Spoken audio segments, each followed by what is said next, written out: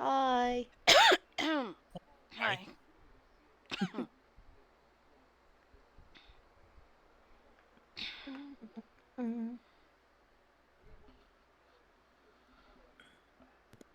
Hello? Testing? Can you guys hear me? Yep. Yep. Okay, there we go. All right. Is everybody in? Mm-hmm. I believe so. Alrighty.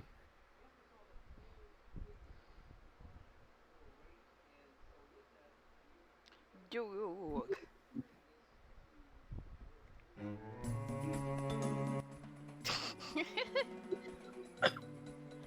All right. So we return. Where we last left off, very shocking event happened in which Mori He was turned almost. into blank. Sorry. Storm turned into Uh, blank. yeah, pretty much. Mori was almost surprise attacked by a crossbow shot. Only to have it thankfully intercepted by Sorum, who, unluckily for him, has now been turned into complete stone. Fuck. Okay. Hold on, let me. Still think it was really, really not nice to do that, like, right after everyone was giving him a hard time about being into Mori. That was brutal. I didn't plan for that. Y'all did. That just made it more juicy. Mm-hmm. You Okay, see. but that's where we are now. Okay. So Mori is going to immediately run to petrified Sorum, and she's like looking all frantic, like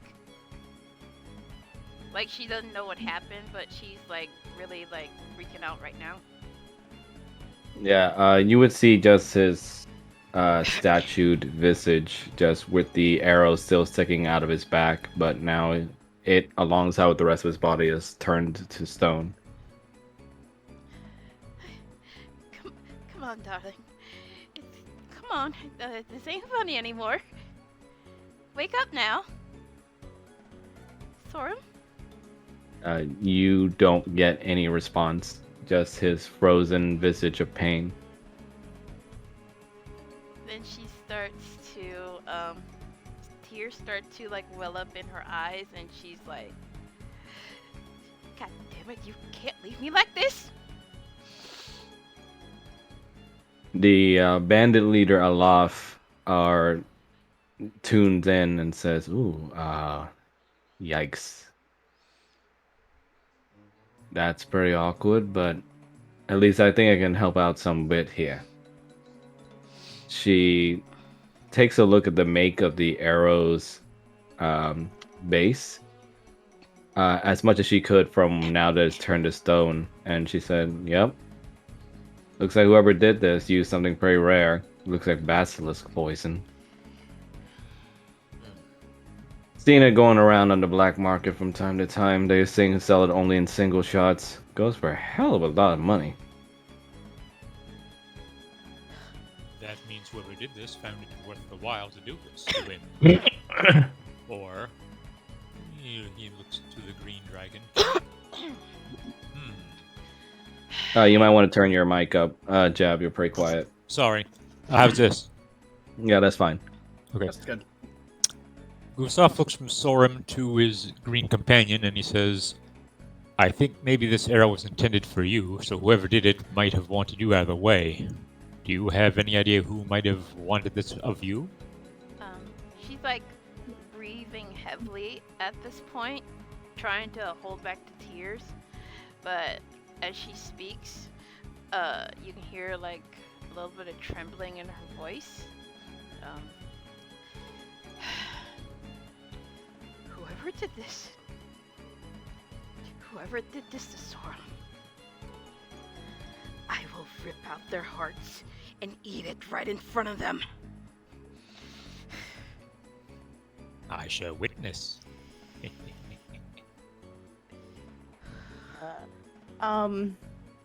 Jesk, is just kind of gonna ruffle his frills in irritation and look at the bandit leader and just ask them, is there any way to undo this? Not much of a magic person, you can probably tell, but who knows? Maybe the big man who owns this damn house can know. I don't think he's going to be willing to cooperate with us in particular. Yeah, that's an idea. I'm not really involved in any of this. I'm just here to show you to where we gotta go. Speaking of which, whatever business y'all got here, might want to get it done quick. Can we march back into the house? You can if you want. Okay, I can. What you say? I can. Okay. Mori is going to turn back. Is the door open or is it closed? Right now it's still ajar. Yeah, you guys were like in the middle of leaving, so it's still open. Okay. She is going to bust the door wide open, and she is going to immediately run back in. Yes. And she's going to look for the fat croc man.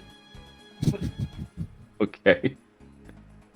Yeah, inside you just see like a bunch of his little rat servants. They seem to be mobilizing back into what looks like towards the garden areas where you guys, relatively around where you guys had left him. Okay. Alright. Jessica's gonna follow Mori, because he has a pretty good idea of what's going down. Yeah. Gustav turns to Afaf and he says, "Hey, can you watch the statue friend of ours? We got business to attend to inside." Five looks at him and goes like, feel free. Not like he's going anywhere. Oh no! Gustav strolls back in, still wearing his mask. Okay. You head into the kitchens and you see out into the gardens. In the back, Abtismat, he's being almost like carried in and helped by like a little cavalcade of like little rat servants Oh, doing their best to hold up his weight and his belly. Fat fuck. Like, yeah. He looks and sees you right across from the doorway and says, "Oh, what? Throwing me that coin and leaving me to die wasn't enough." Mori immediately charges at him, and she is going to like attempt to jump on top of him. Not in a Jessica's gonna- sexual way. Jessica's gonna do his best to try and hold Mori back before she kills the gator. In this current condition, he's not really in the state to resist or able to react. So yeah, you just do that and you like crash this man down into the ground like a boulder, and his unfortunate rat servants fall to the wayside, Oh jeez. squeaking. And he's like, "Whoa, I know I like forward women, but." Shut your mouth. Gustav's last. He looks at you and goes like, "Ooh, forceful too." She gives him a very, very hard poke with her staff in the stomach.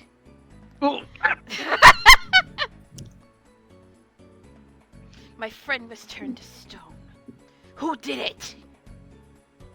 And he looks at her and just says like, "What? And you're asking me like I know? Did you just forget what you did to me?" Talk, or I will That's- kill you. Let's try and handle this from a different approach. Mori snaps her head back at Blaze, like she wants to punch him in the face.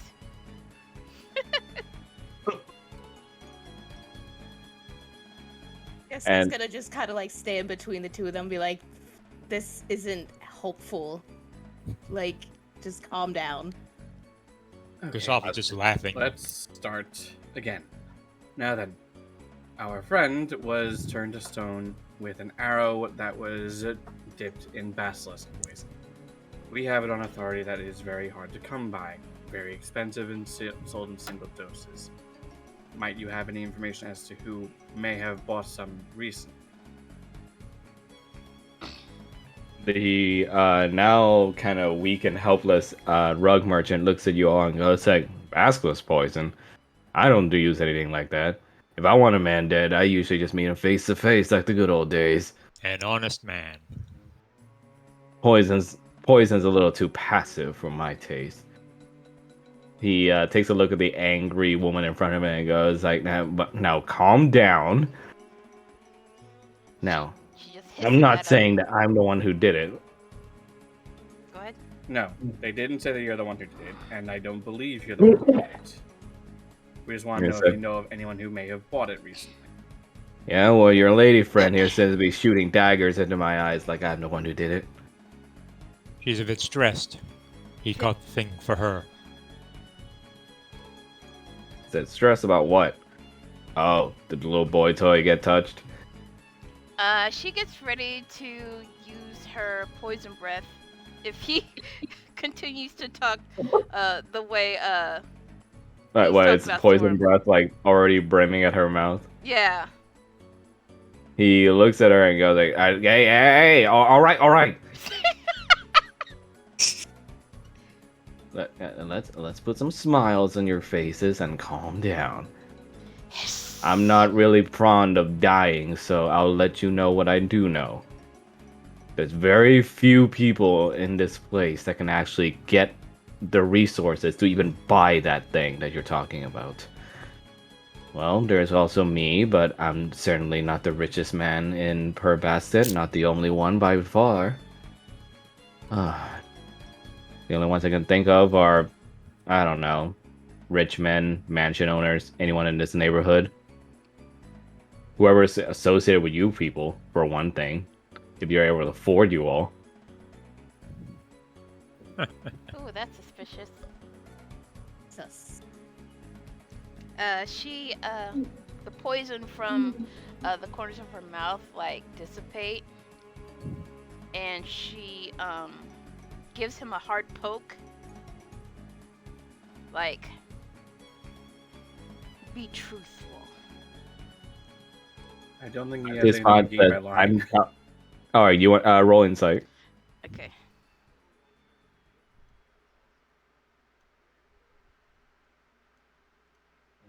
Do.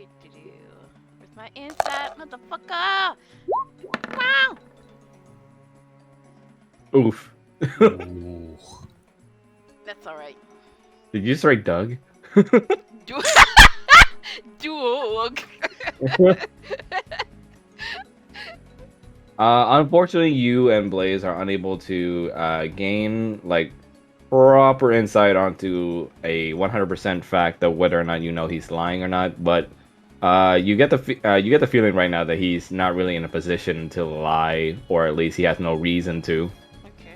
And he looks at you and simply says, "Well, you know, if you ever want to take me up on my offer, you know, I could probably do more for you than that little bodyguard ever did." She gives him a hard poke with her staff. Like, really hard. Like, almost hard enough to where he could probably fall backwards. Back Like on in his the butt. gut? Yeah. Yeah, he looks like he's almost about to cough up, and he looks at you flabbergasted and goes like, "Gentle there."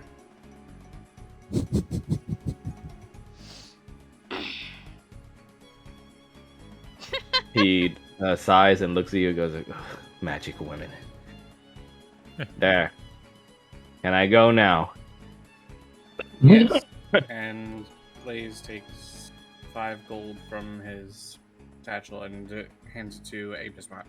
"Thank you for the information."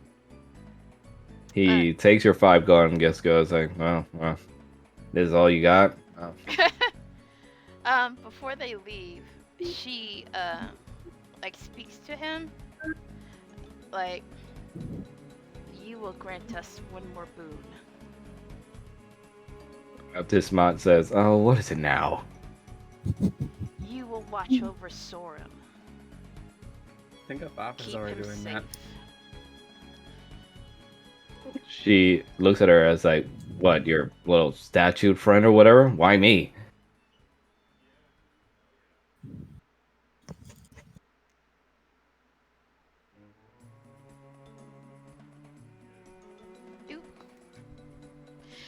Sorry, I missed the last thing that was said. Oh, it's Mori basically saying or demanding that Atismat take proper care of Sorum. Mm. Oh, and so then he was asking. Sorry, my my headset cut out. So then, what did Amat say to that? He's about to answer. Well, he says that why me? Mm. Besides, where's your guarantee I won't just smash into little itty bitty pieces? We're better off trusting him to Afaf than to him. Because if you do, I will destroy everything that you own. Okay, I've already done that. We didn't eat him. Not only that, I will rip out your heart. Then I will hire a cleric to revive you. Then I will rip out your heart again, and again, and again, and again. All right, stop it. I get it. Ugh. Fine. She's a heartbreaker. Ugh. You know, this could have been a lot easier if you just make it worth my while instead of threatening me. She kind of raises an eyebrow, and then gives him like a wry smile, and then uses her staff to like, to prop it under his chin so that he's properly looking at her face. Do this for me, and we shall see. He takes a little bit. Oh, you He okay? take- You Yeah, I'm alright? fine. Okay. Yeah, I'm okay. Just dealing with leftover cough. Mm. He takes a look at her and like he gulps down one big like gob of spit. And he goes like, "Okay." Okay, so she backs away from him, and she goes to turn to leave. Oh, hi, Jessica. Kind of, sort of shoving Blaze out the way so she can make her way to the steps. Fuck these cabbages. Jessica's gonna watch Mori leave and then take one last look at Abismat and kind of hiss at him and walk away. Meow, bitch. Blaze Gustav just follows salutes. quietly after.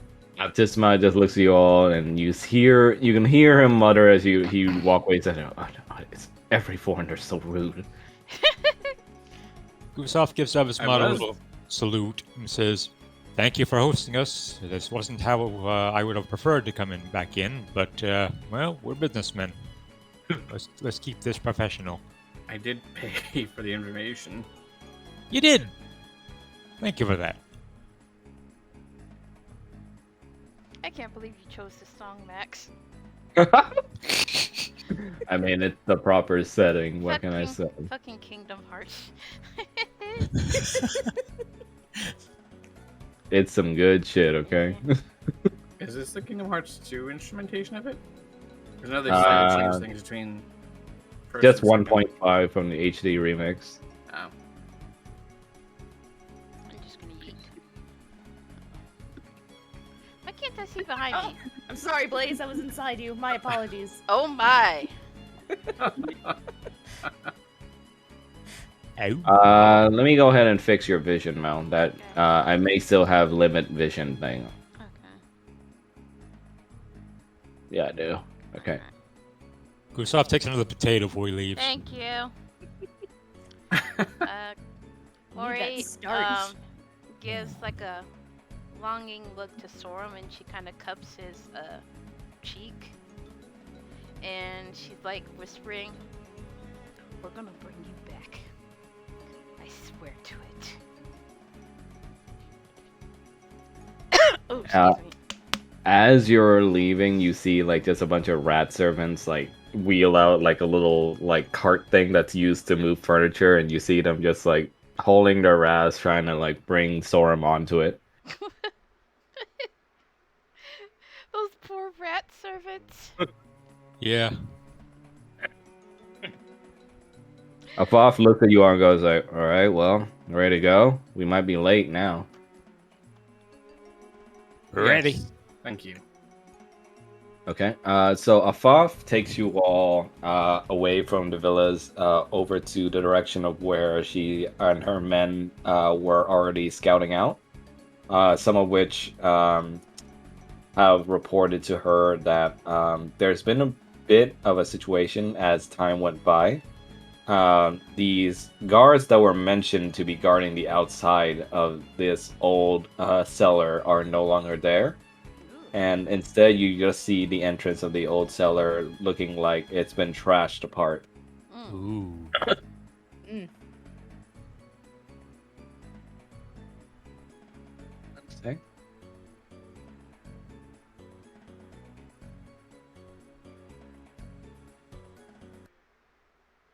Someone's bad You- at decorating. Okay. Give me a sec to spawn you guys in. No problem. We're spawning. We're spawning. The fuck?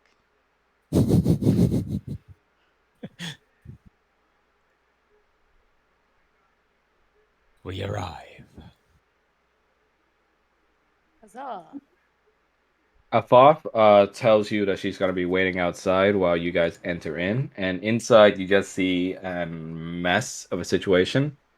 Some cages inside looks like they have been broken out. And this abandoned old cellar, which looks like it housed a bunch of distilleries and also wine barrels of old, have been torn apart. And Ooh. you hear the very faint sounds of combat happening down the halls. Oh dear.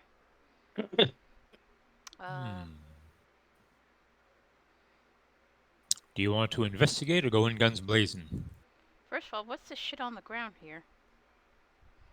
Or is that You just see Wawa? that it's water puddles and also mixed in with some of the old alcohol that used to be stored here. Oh, okay. Ooh.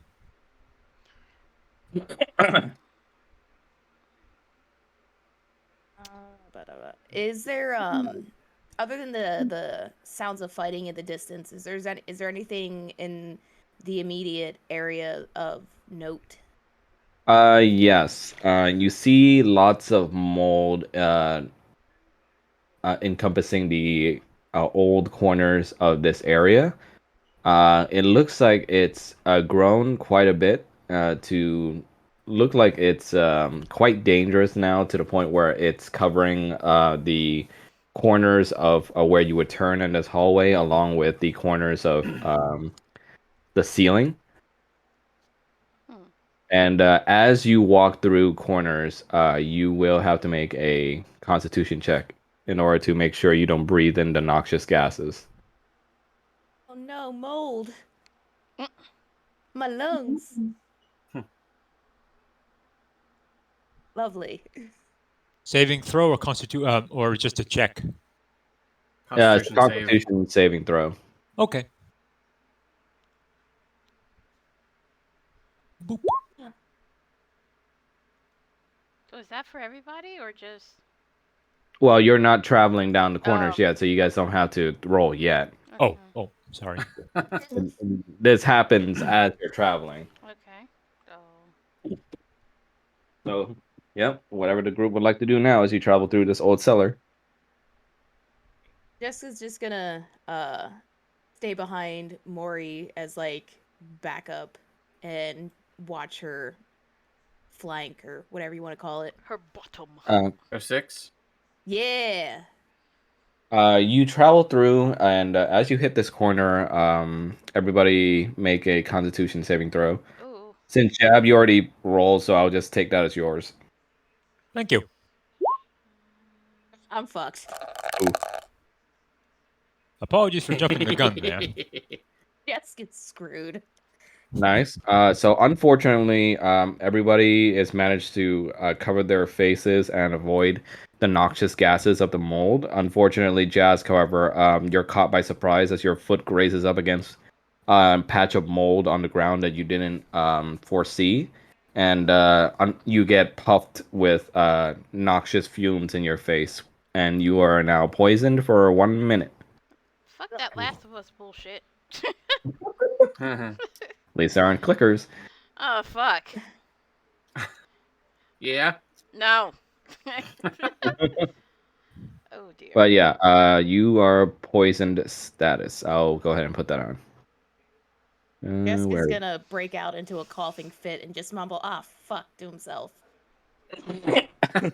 Ah, fuck. Mori looks back to Jess. Are you okay? Been better. She raises an eyebrow, Yeah. but okay. Yeah, I'm gonna say while you're traveling, I'll say every 15 feet you tick down like 2 HP. That's about it. Oof. Can I make a nature roll just to determine the name of this mold? Sure. You don't know. You don't know shit. This particular mold seems like it's been growing, being habitated over time, with various other factors within this old Perbastet distillery cellar that you do not know about. So Oh. you are not familiar with it. I'd help you out here, but I can't tell what kind of mold this is. This is mystery meat to me, dude. Sorry. As you guys approach this corner, though, you also hear the distinct sound of a pig squeal. Oh. Ringing throughout the halls that seem to tail end at the end of the various sounds of combat you're hearing. And now you are hearing various other squeals and screams as well. Oh boy. We should Jessica's probably. gonna yell, "Pig daughter," and then break out into another coughing fit. Poor guy. Necessarily. Okay, so this way. Maury, go ahead and roll for perception for me. Okie dokie, Annie Oakley.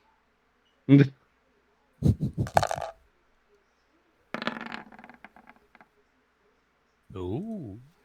Nice. You're able to see what looks like to be a rather chaotic scene happening.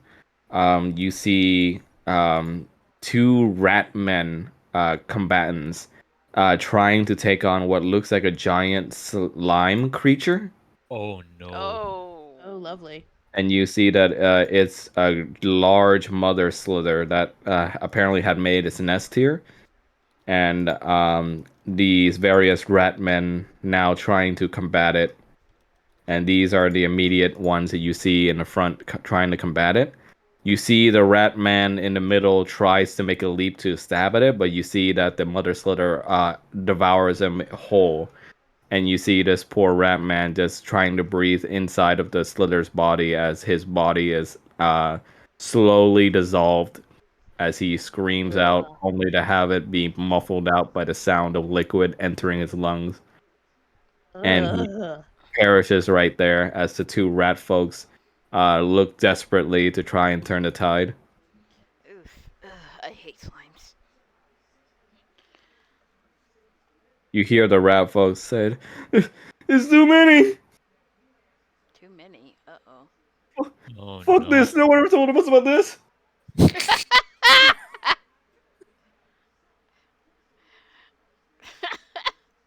Gustav looks to the rest and says, "Well, should we sneak past, maybe?"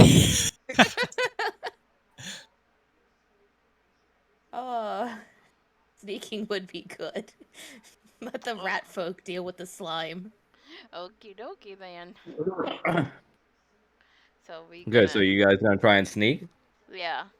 Yeah. Okay, through which direction? I think up here, I guess. Okay, Yeah, that's what I was so thinking. is everyone stealthing or? I'm gonna try, yeah. Yeah, we're gonna Okay, do so the attempt. Everyone roll for stealth for me. Yes, bitch. How the fuck did I get 13 with a +7? Damn. God damn you, mold. At least it's over 10. Oh shit. Ooh, the heavy armor debuff though. Okay. So luckily, Sneaky. Mori and Gustav, you guys are stealthy enough so that the rat folks and the mother slither has not been made aware of your presence. But unfortunately, well, I'll go in order.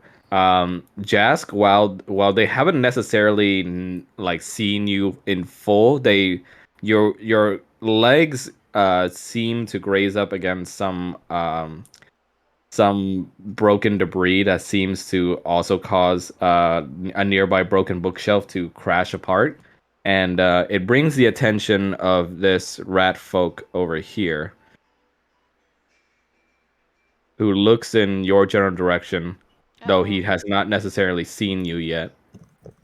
But he knows someone is there, and unfortunately for Blaze, he is in within direct eye shot of that rat folk, so he thinks it's him.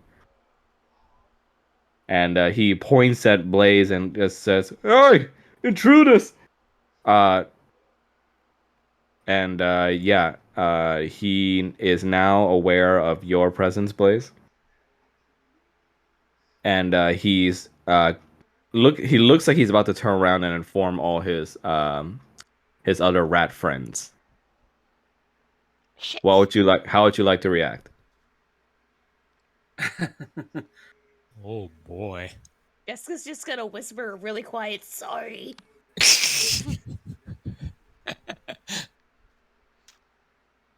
What shall you do? Oh, Oh shit. Okay. So you're tossing a hand axe at him, right? Yes. Okay. So Oh, you God. swing. You toss your hand axe as it flies through the air, and it manages to strike the rat folk right in his back as he's about to turn and run, and he goes ah, and he falls to the ground, bleeding profusely from the axe wound that's literally against his back. And you see him now desperately trying to get away, but his movement speed right now is greatly reduced. shot through the heart. And Blaze is too lame.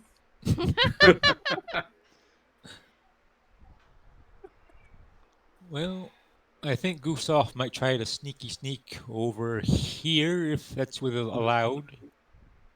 Yeah, with an nat 20, I'd say you're fine. I think within the chaos, you're able to sneak through. Though you might not want to be in open, view. Why not? Probably not. Well, technically he's not because he's behind the pillar. No, I mean of like this general area. Go ahead and roll for perception, though, Gustav. Perception. Alrighty then. Perception. Opening. Perception. Perception. Oh no. Oh no. You're unable to see much, but you're able to catch what's going on in this particular corner now that this rat folk is fallen down. You see various other small slither children attacking and fighting what looks like two much more prominent looking rat folks who have much more fancier weaponry and is fighting off the small children. Oh boy. Just as a review, do we know who these rat folk are? I mean, are they devout enemies, just guys who live here, or You don't know. we don't know? You know the information that you were told by via Foth, but you don't know who these people specifically are, or you haven't connected anything yet. It could be the guards who went in. Could I make a check to see if, on their uniforms, just see if they look like anything like the heraldry that was outside, or? They're not wearing uniforms. They're just wearing what looks like mercenary-like gear. Ah, okay. So they're just mercs. So, other than Gusaw, what would the rest of the team like to do now? Blaze, you bought yourself a little bit more time now that you've incapacitated the rat folk that was about to, well, for lack of a better term, rat you out. So, what would you like to do? I would throw another one, but Gustav is in the middle of the trajectory, so I can't. Well, Gustav is small size, and he's also low to the ground. He's so teeny tiny. He is so small. Just so small. Very Okay, small so- boy. If you do swing over him, though, I am going to ask for a check to see if you accidentally hit him or not. Yeah, no, I'm not risking that. But yeah, what would you like to do? as the Mother Slither is devouring more and more of the rat folk. Is she backing out regaining? Oh, sorry. backing out of sight, just in case where if he tries to report it, it's like, oh hey, you're seeing things. Get back into the fight.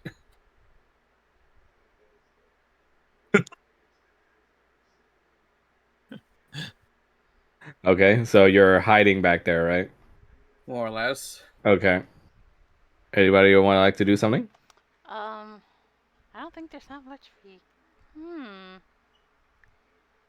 Yeah, I don't. Gustav's in the way, so I can't. The mother slime. I'm not entirely sure how slime works. Is she like getting anything by kicking these other people's asses other than kicking their asses? You see that she's healing herself of her wounds as she's Oh, devouring them. shit. Well, shit. Does she have any like sort of metal inside of her? Good question. Yes, I would say she has various different other bits of armor from the unfortunate rat folk that she's devoured. Heat metal. Yeah. Oh, you have heat metal? Nice. Yes, I do. So let's Like see. creative solutions. I am going to attempt to cast heat metal on the Mother Slither. Can you link it for me real quick? Yes, sir. Okay. Nice. You focus your magical energies upon the bits of metal and chainmail that's inside of the Mother Slither as she's busy dealing with the rat folk, and you superheat it and up to the point where you see her insides are now boiling. Nice. And so go ahead and roll 2d8 for the damage. We'll consider that like the damage she's taking as you're boiling her. Slash R2D8. No, that's an S, motherfucker. I think I might help you with this. Nice. So you see that her the construct of her body is now boiling, and which is making her more than uncomfortable. So she takes 7 tick damage from that. Nice. And since it's a concentration spell, the longer you keep it up, I would say the every time it's your turn, if it hits combat, she will still keep boiling. Okay. Since you did this though, you are provoking combat. Alright. So I am gonna go ahead and roll initiative now. Yes, but For this, like, you. we can't get past them, so we're, you Yeah. know. Yeah, for you specifically, everyone else they still haven't noticed you guys, so I Okay. won't roll initiative for you guys yet. Alright, Well, Oh, thank you. you're welcome. oh wow. That's a nice roll. I'm gonna go ahead and roll for the rat folks. This is gonna take a bit. I'm gonna roll them in groups. Okay.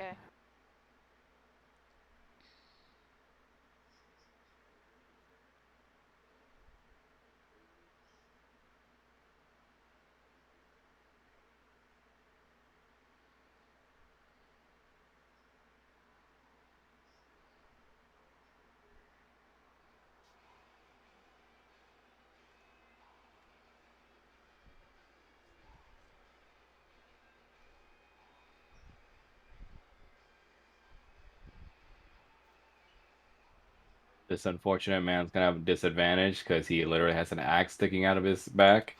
Poor man. Yep. Well, Blaze had an extra grind. And Mother Slither. Ooh, okay. She rolled an 18. Oh. This will be interesting.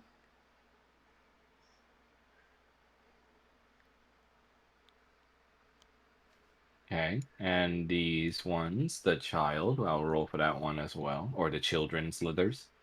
Is there any chance that I could see past the rat folk into my right and the feaster to see what's in the far other room? No, so far that part is too far for you, and whatever's in that room is too dark for you to see right now. I have dark vision, but Right. I understand if it's out of range. It's still too far for you. That's cool. Yeah.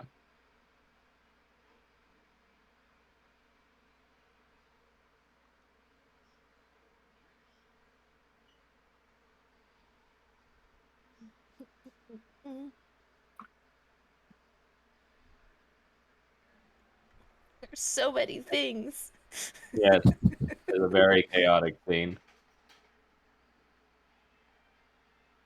Okay.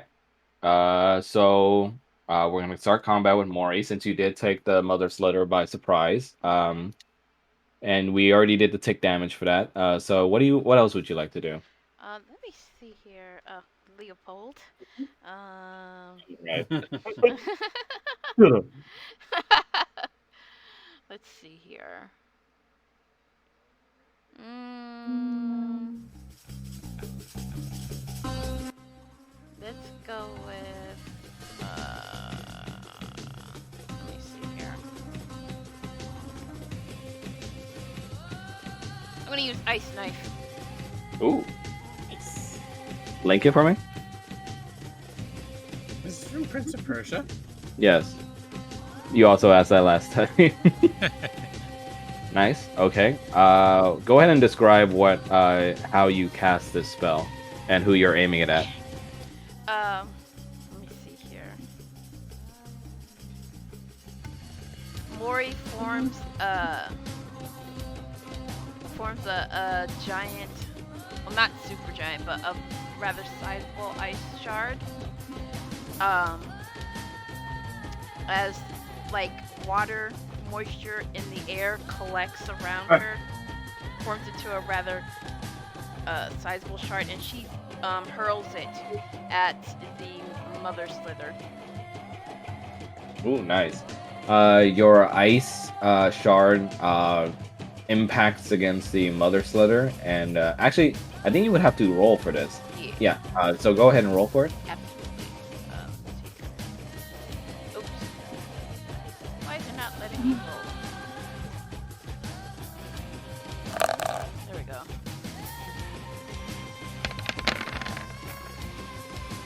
Ooh, nice. Nice.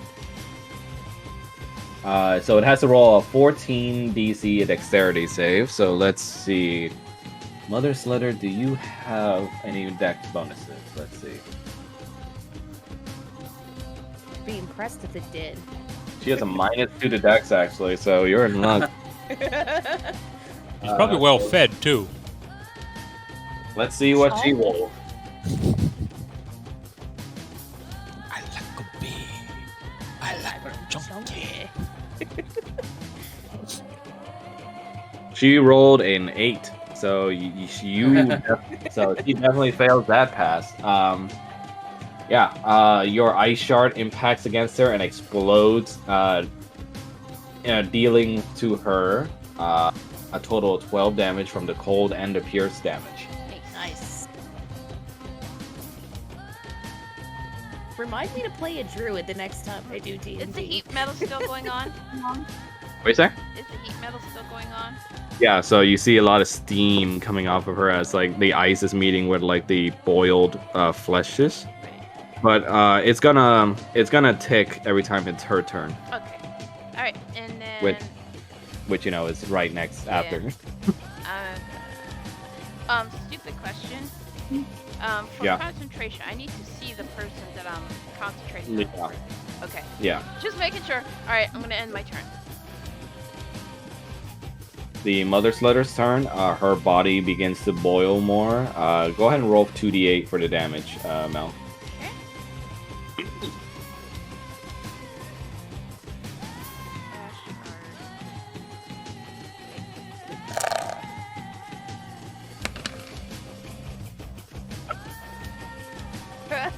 Nice. She boils alive from inside and dealing her an additional 11 damage. And you see that she's weakening now to the point where the rat folks are looking like they're able to pick on her more. But she's going to use her turn and she's going to attack this rat folk over here to the left. More or less. Nom nom nom. So let me roll for her attack.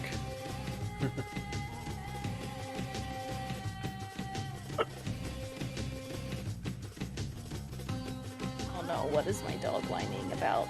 Poor baby. You have a whiny dog too. She's we'll- gonna go ahead and use her pseudopod attack. Unfortunately for the rat folk, that does hit. That's gonna be. Ooh. Mel? That's Oh gonna my be God, Jack. 4. Yeah, I clicked that by accident. Ignore that. That's gonna be 4 plus 4, so that's gonna be 8 total. And the rat folk, unfortunately for this rat folk, he is unable to withstand the attack from the pseudopod, and she consumes him alive and heals more of her health based on how much health he had, which was 7. Oh, I hate slimes. Rude. And she's gonna go ahead and mosey herself over here, and you see her head poking through the hallways, trying to reshape herself to try and get you, Mori. Anytime, darlings. Feel free to jump in. Okay, this rat folk over here, he's gonna try and attack the mother slither from behind. What a brave man.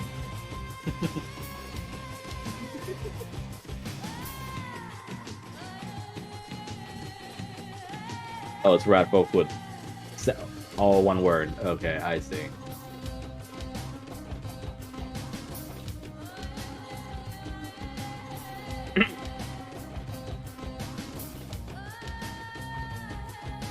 Are these things even susceptible to any kind of bashing damage, or is it just lethal? What do you mean? Well, He's can they asking be if can they be subdued? He's asking like non with physical attacks? Not really, no. Like, if you can knock it unconscious instead? No, I was just thinking physically. Can I physically actually hurt it, like Yeah. without magic? Oh, hold on, I got a phone call. Okay. Let's see, Ratman. Okay, got his stat block for when Jab comes back. Since he went to answer the phone, I'm gonna check on my sick doggo real quick. I'll be Okay. right back.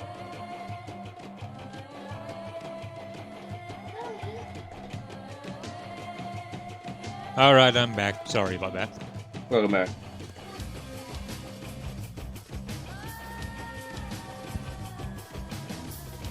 Anyhow, I think Ryu that was is busy checking on her dog, so we're waiting on her too.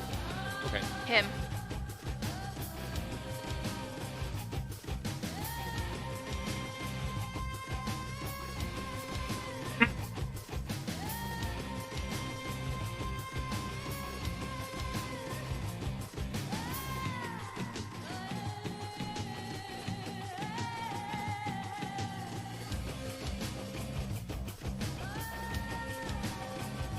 I'm back. Doggo's fine. He's just sad. He don't feel good.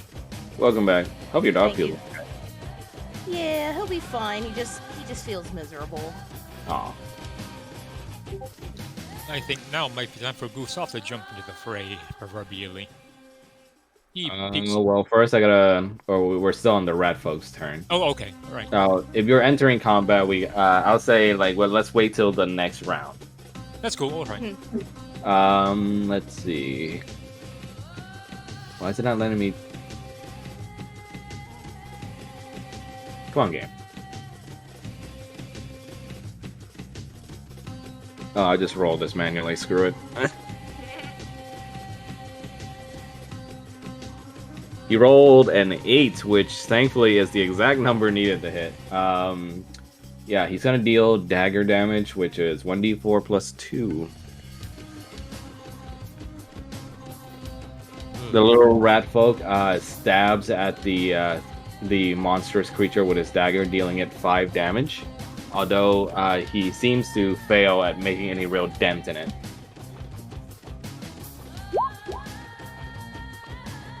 This child slither over here is gonna try and go over here, and it's gonna attack the one that Blaze damaged. Oh no, you made him vulnerable. He's easy pickings. These guys are basically just free HP for these slimes at this I mean, that point. just means that the child slime will just heal less damage, Oh. so that's fine.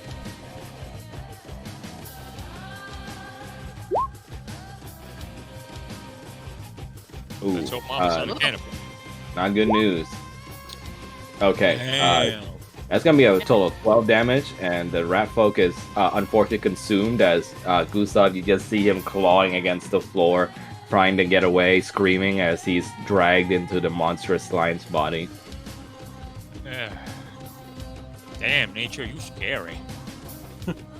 And the child slime is gonna go over here, You best back the fuck up. and yeah, at this point it definitely notices you, Gustav.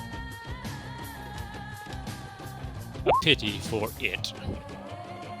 Okay, this one is gonna try and attack this rat folk over here.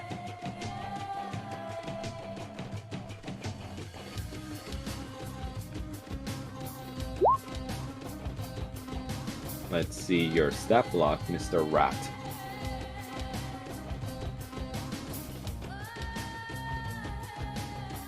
These poor cute little ratties. They are meat. No appreciation for cute little rats. Let's see, how much AC do you have? Okay, unfortunately for this slither creature, it is unable to hit this rat as he is too quick and nimble, and he dodges out of the way. Jack, be nimble, Jack, be quick. And what do you say, Mel? Nothing. Jack, be nimble. Jack, be quick. Okay, so who's entering combat now? Gustav is going to look at the child of the mother nearest to him, to his right, and he's going to engage his cantrip, which is kind of like a kobold thing. That he Okay, first I'm gonna need you to roll initiative. Okie dokie. Initiative. Boop.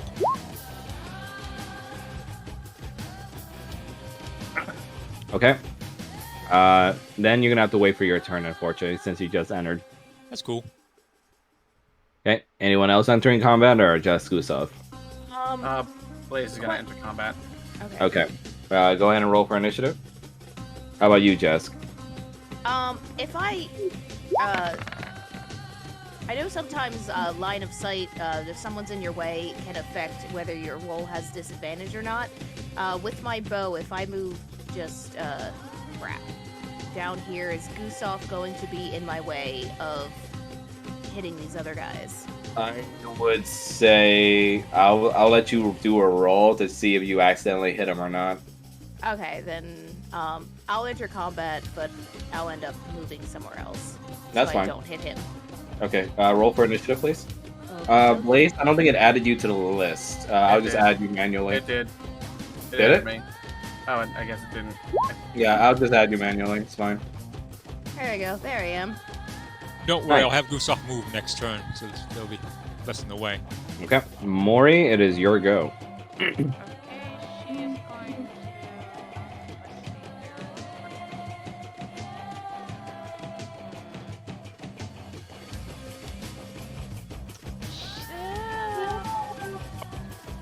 Can a thorn whip go through the mother sister's body, or is she too solid? I'd say you'll be able to hit her form with it since she is affected by melee damage. Alright. She's not resistant. She's probably got some shit inside her so that it could be impacted too. Yeah, she's just amorphous, but you can still affect her body. Okay, I Amorphous can still be affected by melee damage. It's incorporeal that can't really do so. she is going to cast Thorn Whip. Okay. And, Which? calm down. Alrighty. Oh. Ooh. A fearsome one damage. Ooh, Hey, that is better than nothing. Okay, so you go ahead and describe your attack. With the hand she used for her, ice knife, she forms a thorny whip and she uses it to slap the shit out of Mother Slither. Okay, great. Your whip cracks against her body, and you manage to draw her attention again, though she does not seem particularly phased by that attack. She just sort of like rise at you in your general direction to indicate that she, is going for you. Okay. Come on, Anything Wonder else? Mama. And I'm gonna end my turn. Okay, Jess, your go. Alright.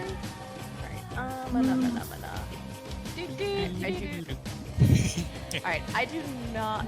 I know I'm gonna take damage from moving. Oh, you don't take damage from moving. You take damage like a tick at the end of your turn. That's it. Oh, I thought it was every 15 feet. Okay. That's before we started combat.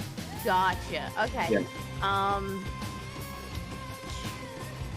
So I don't think I can do a sneak attack without advantage from this distance. So, but I don't want to get too close.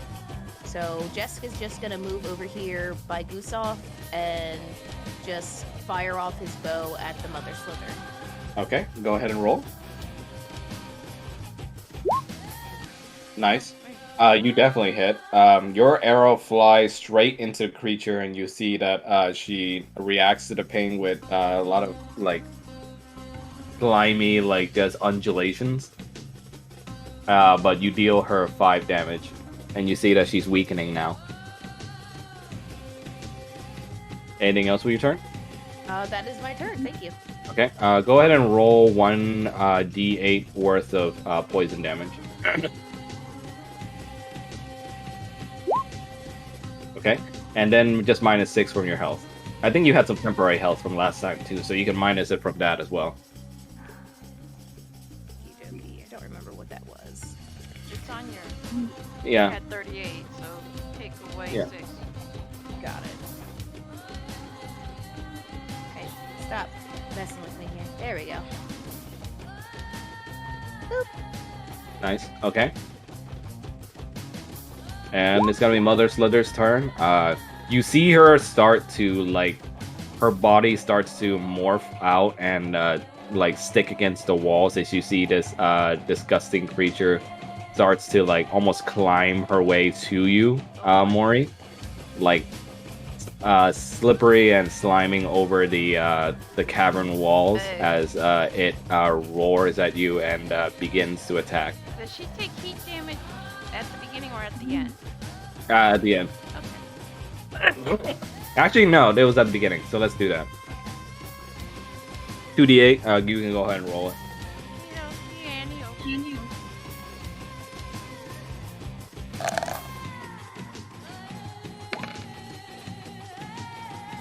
Ah, melt you, bitch. Ooh, nice. It tries to strike you, but you see with your last strength, you boil more of her. And as her tentacly arm is about to hit you, you see that it then softens and just reduces to a puddle as you finally boil her into mush. Oh, Nice. Whew, that was way too close. And with that one dead, you see the children, Mother Slithers, who are basically a part of her body, begin to react by roaring out as they are now aware of all your, what's the word I'm looking for? Dang. Presence. Presence. Yeah. Okay, Gusoff, it's your turn. Oh, sorry. Is there anything more you want to do your turn, Mori? No, it was the whatchamacallit Well, that's turn what and this she turn. died. Oh, right. Yeah, Yeah. sorry. No Gusoff, your go. That's Gustav right. takes a step back, grabs up the javelin, throws it at the child on the mother's servant, and yells, "Shut the hell up!" You go ahead and roll for it. Rolling. Javelin. Okay, then Thankfully, an 8 does hit. Oh, Your javelin pierces through the slime's body and it pins it through the ground, and you see that it struggles as it tears itself away from the javelin, and it deals. Are you raging, by the way, or no? No, I don't know why that's on there, but I think that's just global modifier. Don't worry about it. We'll just ignore it. So that's 7 piercing damage, though. Still nice. Okay. I'm done. Yeah. Yeah. Now, this rat folk He's actually gonna try and like capitalize off of the damage you're doing to the slime, and it's gonna try and attack the slime too. Have at it, Hoss. He does hit, thankfully. He rolled a 9 for AC check. So let's see. D4 plus 2. He deals 6 damage to the mother slime creature, or the slime child creature, and you see that it's already weakening to the point where it's almost dead. And due to that, it's going to try and retaliate by attacking the rat folk.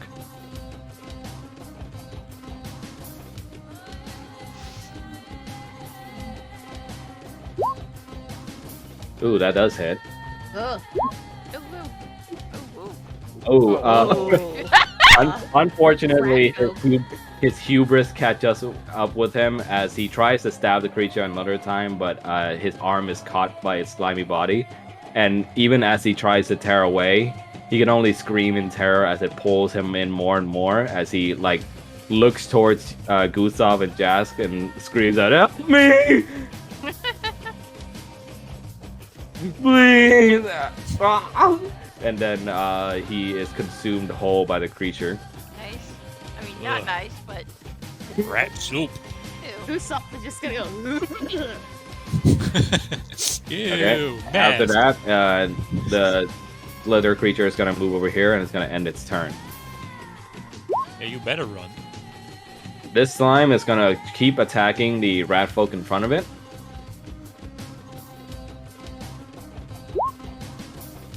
And unfortunately, it misses again. The rat folk gentleman is way too quick for it. Blaze, your go.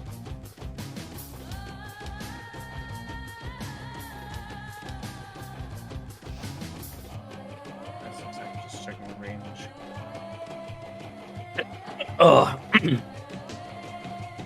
Oh, just so the team knows, you have my consent to go around Gustav at any time or try to make attacks around him or anything like that, even if it does make a save.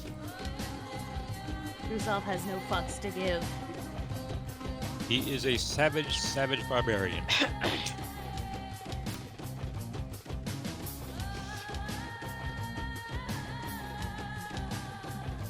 Okay, I'm going to move 30 feet in front of Gustav, targeting the child that's attacking the feaster, Okay. and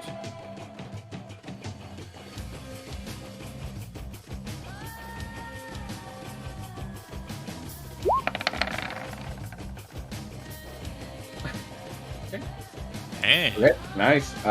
Go ahead and describe how you throw your hand axe. he takes the axe in his right hand and rolls it towards the child with so that's attacking the feaster.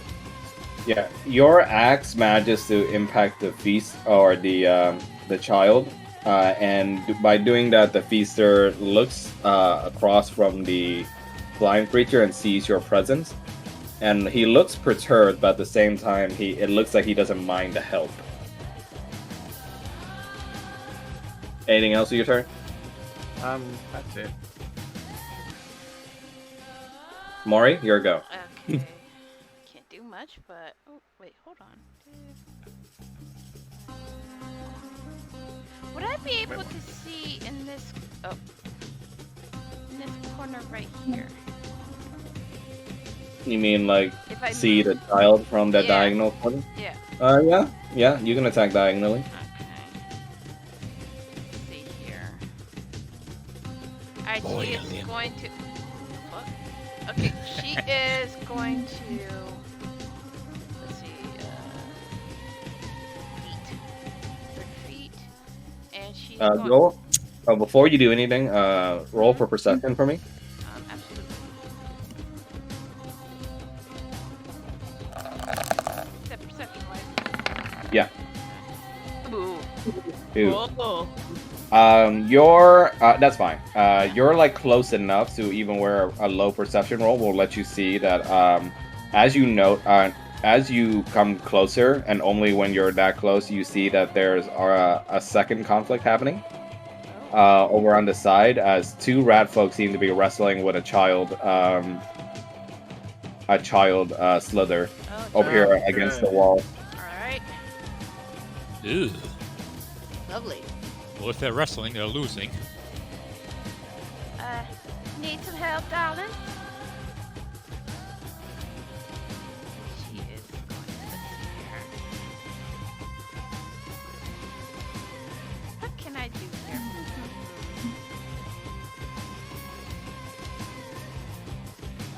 She is going to, she's gonna cast Shillelagh. Ooh.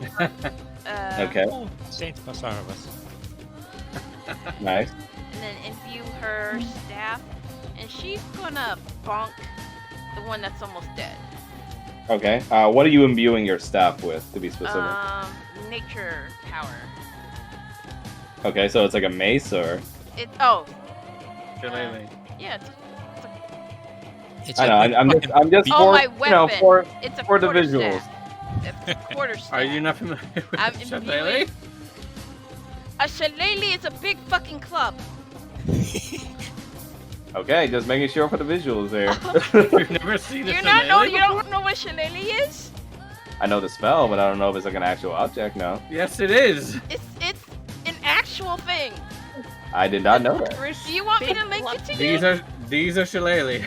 I did not know that. That's why I asked. Okay, you imbue your staff with your shillelagh cantrip. What would you like to do now? She's gonna smack the shit out of this child of mother slither right here. Okay, go ahead and roll for it. Two-handed. Yep, go ahead. Bonk. Boom. Oof. Luckily, that does hit. Describe how you killed this child, Mother Slither. After Jeez. casting Shillelagh, she kind of twirls her staff for a moment and immediately stops, and then she brings it smacking down upon the Mother Slither and splits it right in two. Ooh, nice. Making jam. Ew.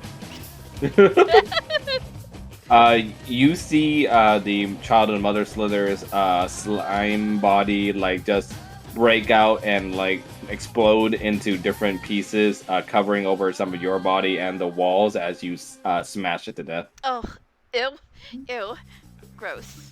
Ugh. Anything else? Where's a wizard when you need one for prestidigitation? No, I'm gonna end my turn. I can use a cantrip to burn the stuff away, but I don't think that'll help. I'm not a red dragon. Sucks to be you.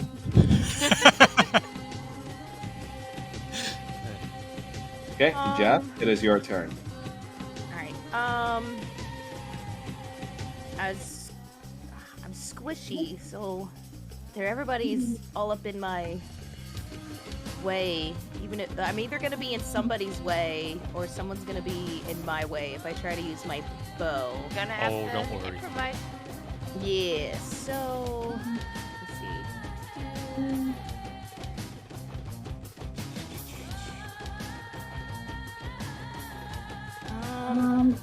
I am going to move my booty here, Okay.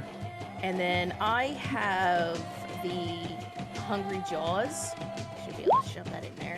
Nice. You want to? I'm just gonna bite the. I'm just gonna use my. Bite. I'm gonna use my dagger as my main attack, and then I have a bonus bite attack. Oh, Savage. So let me stab him with my dagger. I'm gonna attack the child of Mother Slither right next to me. Okay. Nice. You Wow. do hit, and you deal at 7 damage with your dagger, and then you got your bite attack as well. Yep. There's always room for Jello.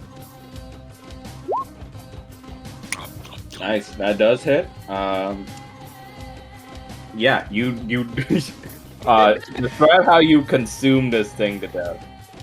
Okay, so after stabbing the child of Mother Slither, Jess is just going to grab hold of the Slither and just chomp down with his teeth and just rip it to pieces. Oh, it's like jam.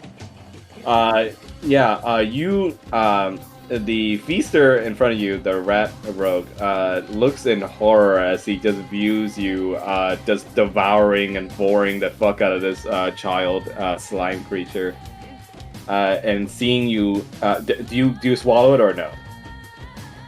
I don't know what this thing is made of, so I'm just gonna look at the feaster and spit it out at his feet. Okay. You do. What's your Constitution modifier? Looks like my constitution is a +2. Okay, you gain +2 temporary HP due to Hungry Jaws' skill. Nice. So I'm assuming, even though you spit it out, you kind of accidentally ate some of it, and it didn't really go down well. But it's still enough protein for you, It's the principle of the thing. and it is dead. Go ahead. If it, Bless you. if you're ending your turn, go ahead and roll 1d8 poison tick. Yeah, I'm ending my turns. Roll 8. Alright, so that's 7. Yeah. So go ahead and take away 7. See, the temp health kind of mitigated that a bit. Okay, that is 27. There we go. So yeah, that's my turn. Okay. Usopp, your go. Yusuf, 5, 10, 15, 20, 25, 30. Should bring it right here. Runs in here with his pig mask on, yells, "Incoming!" And he throws his javelin at the child of the mother slime. Okay. Go ahead and roll for it. Oop. Nice, you do hit. You deal it 3 piercing damage with your javelin. But you see that the creature is still writhing around and still kicking. That's cool. Oh, also I end my turn. Okay. Blaze, your go. Okay. I'm going to close the gap over to the Child of Mother Slither. And going to strike.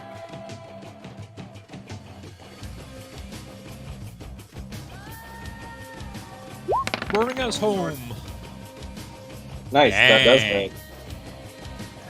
It's a good thing these things don't have high AC. Right? Yeah, go ahead and describe how you kill this thing. He rushes in, shield in left hand, sword in right hand, and as he runs past Jesk and Gustav, he cuts down at the Child of Mother Slither. The Mother Slither parts at the seams due to your attack, and you see that it splits into 2 parts, but the 2 parts wriggle for a bit before just going unresponsive, and it is dead. With that creature dead, you see the rat folks are beginning to wipe sweat off their brows, looking like they're thankful that the danger has passed.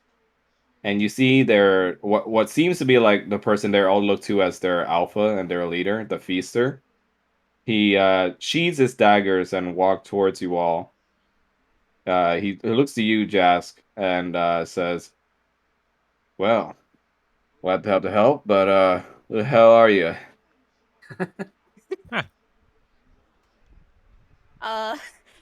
Jessica's gonna just look at the feaster and be like, "We are looking for pig daughter. Do you have a very fancy looking pig?" With hair.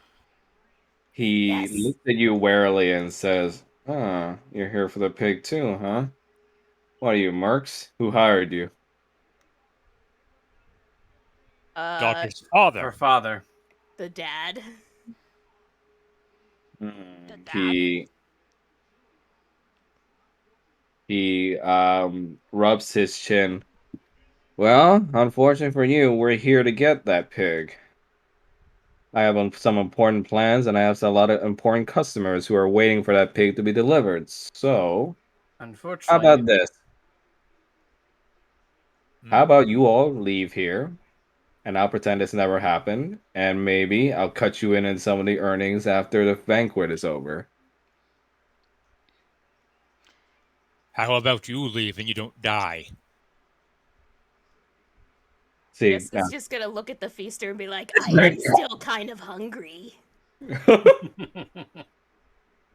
go ahead and roll for intimidate, Gustav and Jess. Should I get a benefit or a detriment with the whole mask that he's still wearing? He's still wearing the ogre's mask. Yeah, I don't think that silly big mask you're wearing is going to do anything for for your bonus intimidate. I'll tell you that. That is understandable, but he's still gonna wear it. Does Jess get Oh, any? Oh, ooh. just get any because I had already horrified the feaster from eating the slime. Uh, normally, yeah, but you kind of nat one it, so that's gonna be a that was big Gustav. impact. That was Gustav. That Not was That was No, me. that's me. Gustav. Oh, okay. Well, that's unfortunate for you with the mask too. That's fitting. Uh, but Jask, yeah, go ahead. I'll say that's an advantage since he All literally right, just saw you or something. But give me 1 sec. Someone's at the door. sure. Kido? I love this fucking mask. It doesn't seem to love you. It just spots. No. I don't care. It's one unrequited love.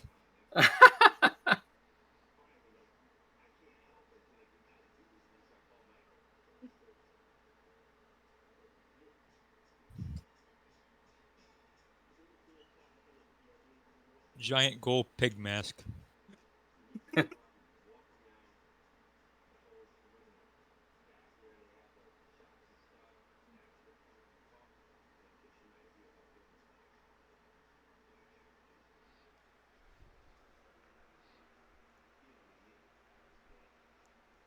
I'm back.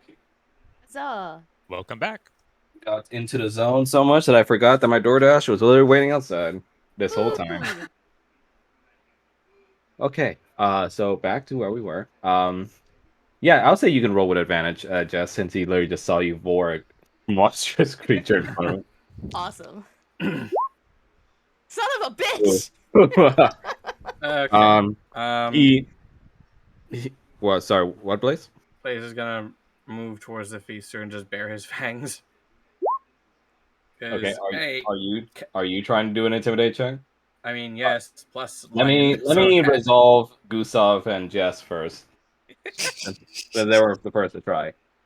He sort of looks like the silly little man wearing the big mask, and he looks over at Jesk, who's still got some slime dripping out of his mouth, like kind of like a madman, and that fails to convey a sense of legitimacy in your threats to him. And he Sorry, just Jess. he raises a brow and just say, "Yeah, unless you want to get disemboweled by my men, I suggest you leave." Funny. Jess just kind of like maniacally giggles to himself. Okay, and now Blaze, what were you planning to do? I was going to roll for intimidation, showing his fangs. I mean, Go- lion go right versus a ahead. rat.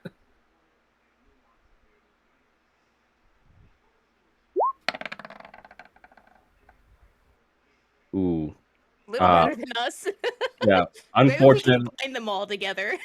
unfortunately, that your bearing of fangs, while it does while it does show a bit more threat than your companions have, he still fails to be intimidated as he looks over to behind him towards another rat folk rogue, one who looks like a female this time. They're wearing a breastplate with what looks like some hair clips over their hair in wild fashion.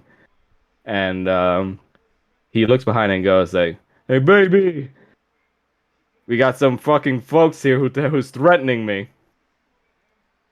Oh boy. Uh, and the feaster, the wife of the feaster, looks back at him and goes like, "Travis, You said you was taking me dancing after this. And Greasers? and the feaster looks back at him and he wipes his brow and just goes like, dancing? Some other time perhaps. But yeah, do the thing, baby. And you see this rat folk woman just takes out two multicolored bottles from her little belt, and she chugs both of them in tandem in wildly unadvised fashion. Oh, And no. you see that the sickening sound of bones starting to crack and morph as this woman, this small rat woman, begins to morph as her body cracks and in sickening fashion begins to morph and transform into a giant rat woman. She's the biggest rat. She make the rules. You boys are really bad at intimidation. With her new stature, she now has a deeper, distorted voice as she roars at you all and just says, "Fuck off!" Ace just rolls his shoulder and says, "Then you can just end up as a corpse on my blade." Okay. Yeah, I think that it's fair at this point that we continue to combat. Okey-doke. Let me roll for the feaster and his baby. Before we get too deep into this combat, I'm gonna quick run to the bathroom if that's okay. Yeah, go ahead. I'll be right back. Gives me time to roll AC for all the rat folk. I'm gonna keep your guys' AC since it's technically not that far from the previous combat, and I'm just gonna roll Initiative. for the initiatives, and I'm gonna roll for the new rat encounters instead. That's cool.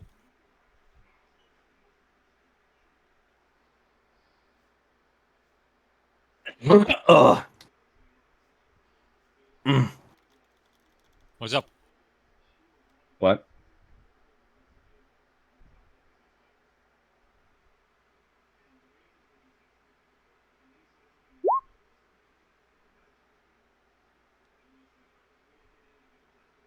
Ooh, okay.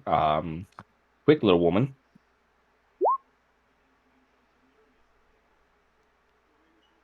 But can she fit?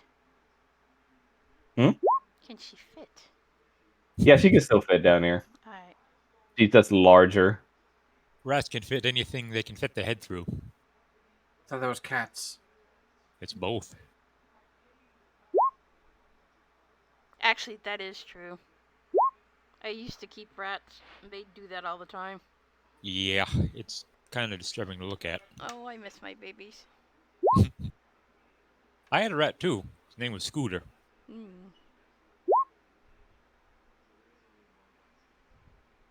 There we go.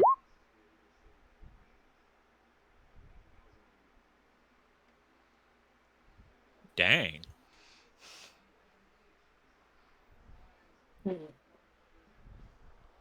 Oh.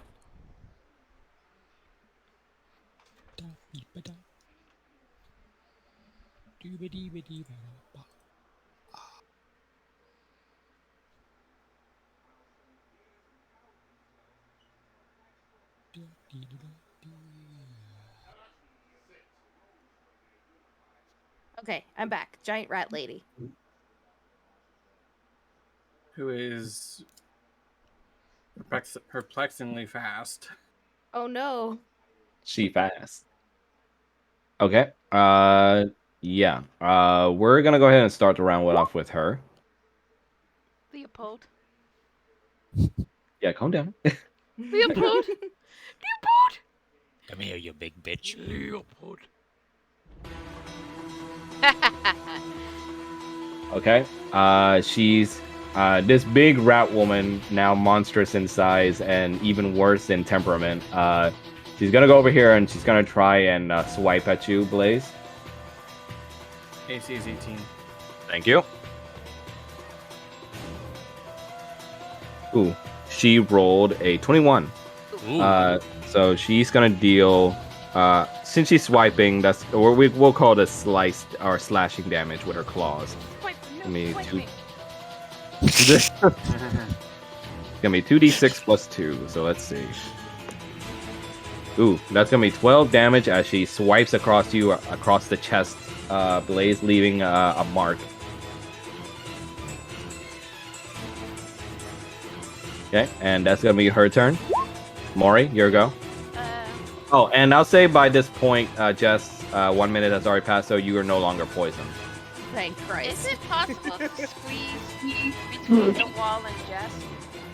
Yeah. Okay. Mori's gonna wild shape into a Deinonychus.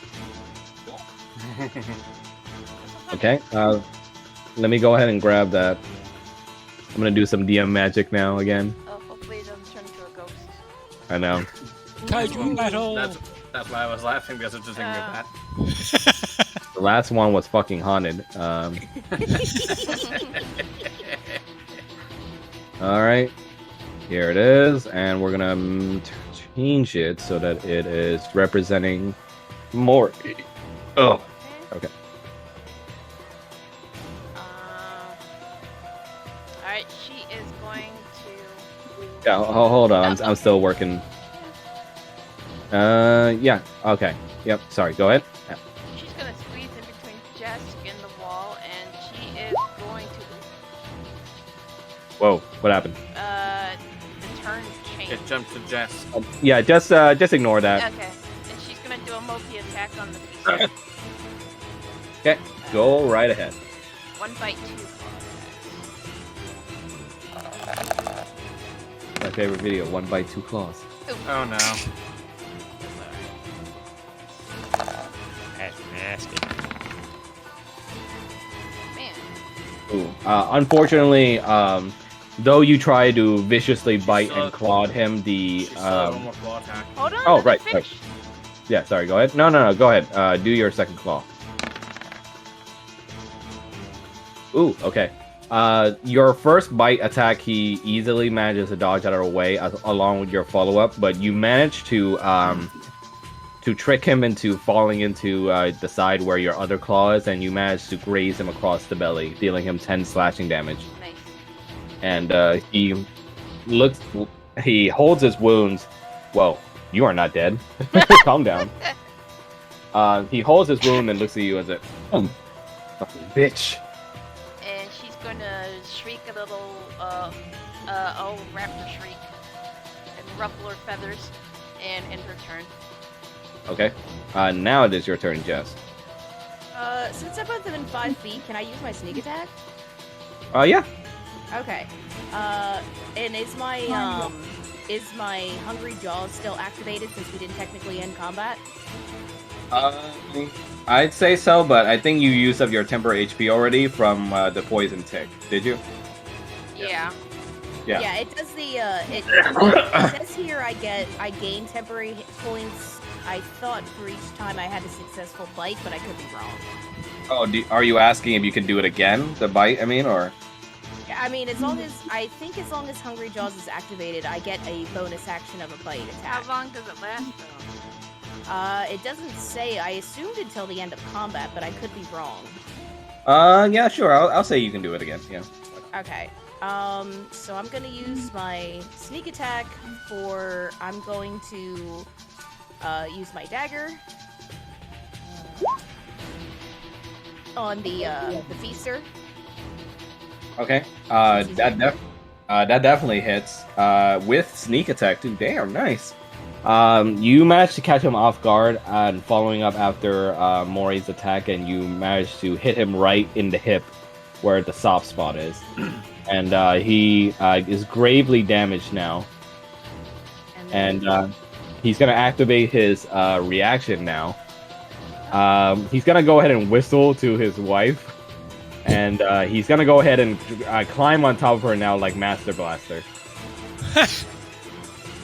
Oh god, it's like that fucking monster from Monster Hunter. Which one? Queen Celtis. Oh, yeah. That pretty much. thing. Except she didn't. Bitch, I want to bite you. But I'm hungry. yeah, now they both count as one unit. Should have had a Play-Doh. He is gravely wounded on top of her, though. Okay, so I guess since he's on top of her, that means he's out of my range now. Ah. Little jerk. I'm gonna say you can try and do an opportunity attack on him since it is him going out of your range. Ooh, Okay. can I also make one then?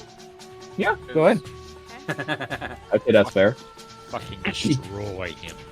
I'm gonna bite. Alright. Yeah. I'm gonna Oh.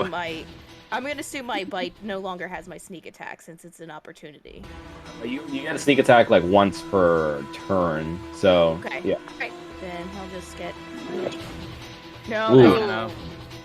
Unfortunately, your bite doesn't manage to stick, but Mori's Dino bite does, and she manages to bite him in the butt, and you take out a part of his pants as he's climbing up his wife. Nice.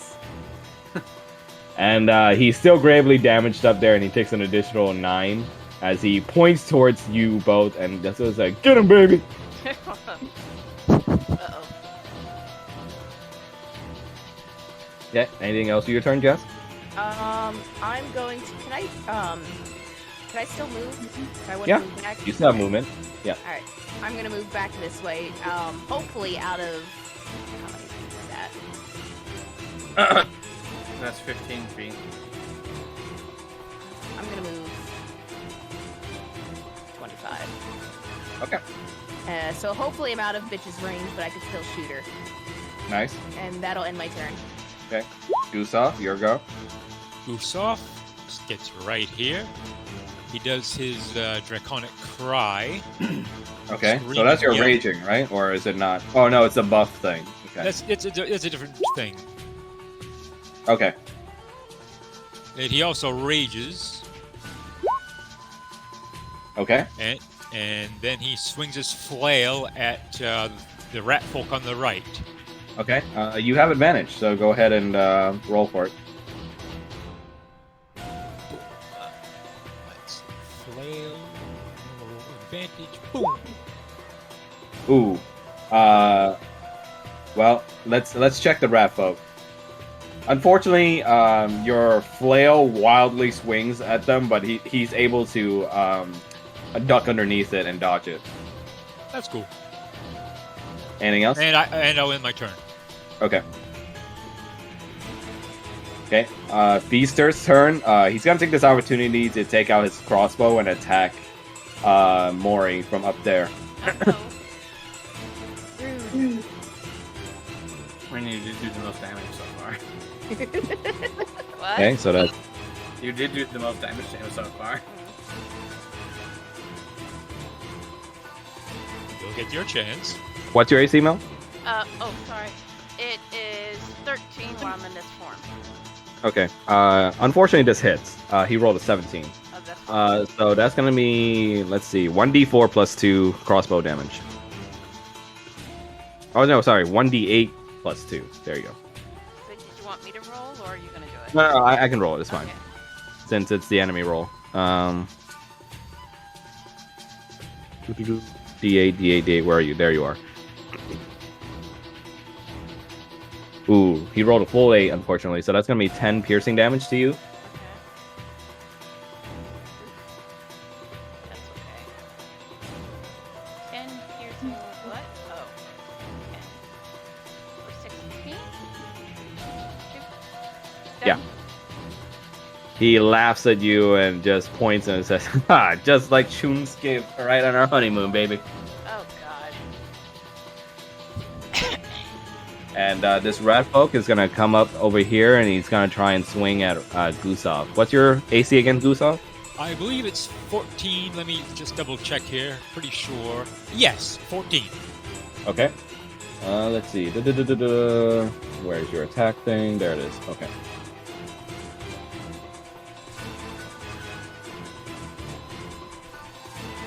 He's gonna use his dagger, so let's see. Ooh, he rolled a 22. Ooh. Ooh. That's not nat though, thankfully. So that's just gonna be 1d4 plus 2 damage, Oh, not and too it's bad. gonna be half though because you're raging. Yeah. Yeah. Ooh, nice. He only rolled a 1, so that's gonna be 3 damage halved. So I'll round it down. That's just gonna be 1 damage to you. Dang, cool. Okay. 48 damage. There.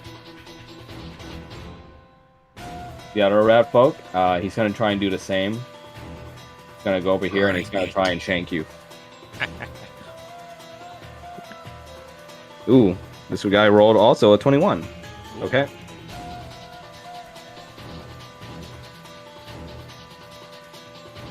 This time this one rolled a 5.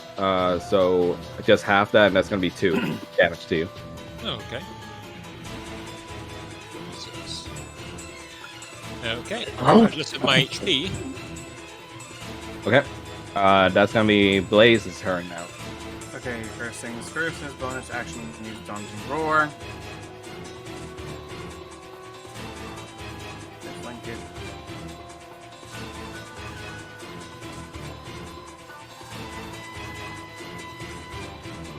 And as a note, it is a DC 15 Constitution.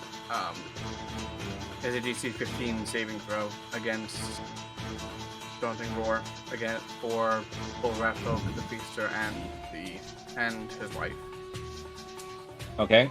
Sorry. Say who were your targets again? Say that again. The 4 enemies. Anyone within 10 feet can hear it, and I choose all 4 enemies: the wife, the Feaster, the Ratfolk, and Okay. Let me go ahead and roll for their con saves. Wisdom saves. Oh, is it wisdom? Their Wisdom saves against. Oh, I see. DC Okay. 15. Yeah, I'll roll for their whiz. They have a +0 on whiz, so let's see. It's gonna be a flat roll. And what was the DC again? 15. Okay. Feaster rolled a 14, unfortunately. Nat 1 on the wife. And 11 for Ratfolk A. Ratfolk B is at a nat 1. Damn. Okay. All So 4 are frightened. So all 4 are frightened of me pretty much. until the end of my next turn. Yeah. Okay. Next thing is going for an attack on the wife with longsword with one hand. Since I do need a shield for some of my other reactions, I need to. Okay. Go ahead. Oh, and because of Draconic Cry, I roll with advantage. Go ahead. Yes, you do.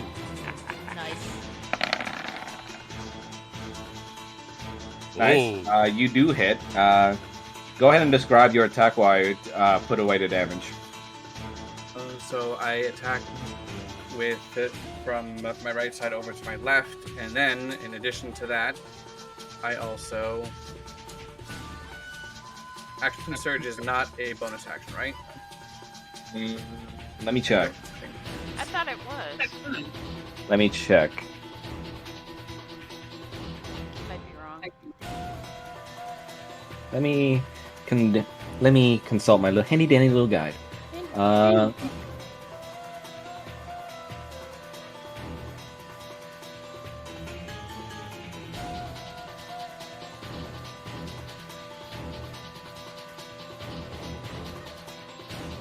Nope. It doesn't count as a bonus action or a main action, apparently. Okay, so action surge for second attack on the wife. Okay. Nice. Remember to take away one action surge counter as well.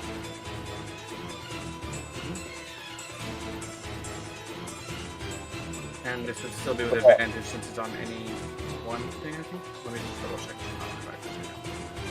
Yep, it's advantage on attack rolls again, and any enemies until Gustav's next turn. So it's still with advantage.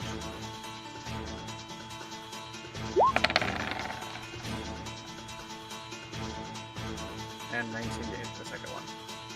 If either of these pricks move, I'm smoking them. Nice. Yeah, you deal another 11 slashing damage to the wife. She roars out it with little squeaks that are distorted and deep voiced against your strikes, and she looks like she's in bad shape now, despite her large size. I did tell you, you'd reinforce the end of my blade if you continue with this. Roast that Uh, big you- ass. You see the wife roars out, and says, "We should have just went dancing, Travis." And he just looks out and goes, "Ah, shut up." Do you really want to die for someone who doesn't care about you? And you see the Feast Alicia goes like, "Get him, baby! Don't listen to him." Okay. Anything else for your turn, Blaze? Nope. Why did Okay. my thing get deleted? What do you mean? Your token changed. You mean your Mori token? No. No, she's not in the initiative order Their initiative is gone. That's weird. because she was replaced on the map, which means Yeah, that don't- she's technically not there. I'll She just is. add you in. Don't worry. You were 19.16. I remember that, so I'll just Yeah. put it there. She's a ghost. Okay. She's gonna go over here, and she's gonna try and whack you again, Mori. Okay. Your AC was 14, right? 13. 13? Yes. Okay.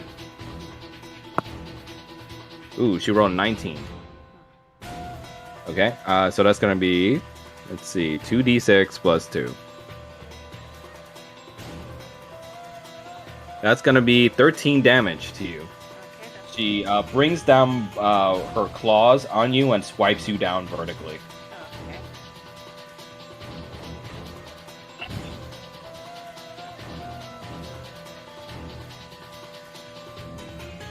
That's fine.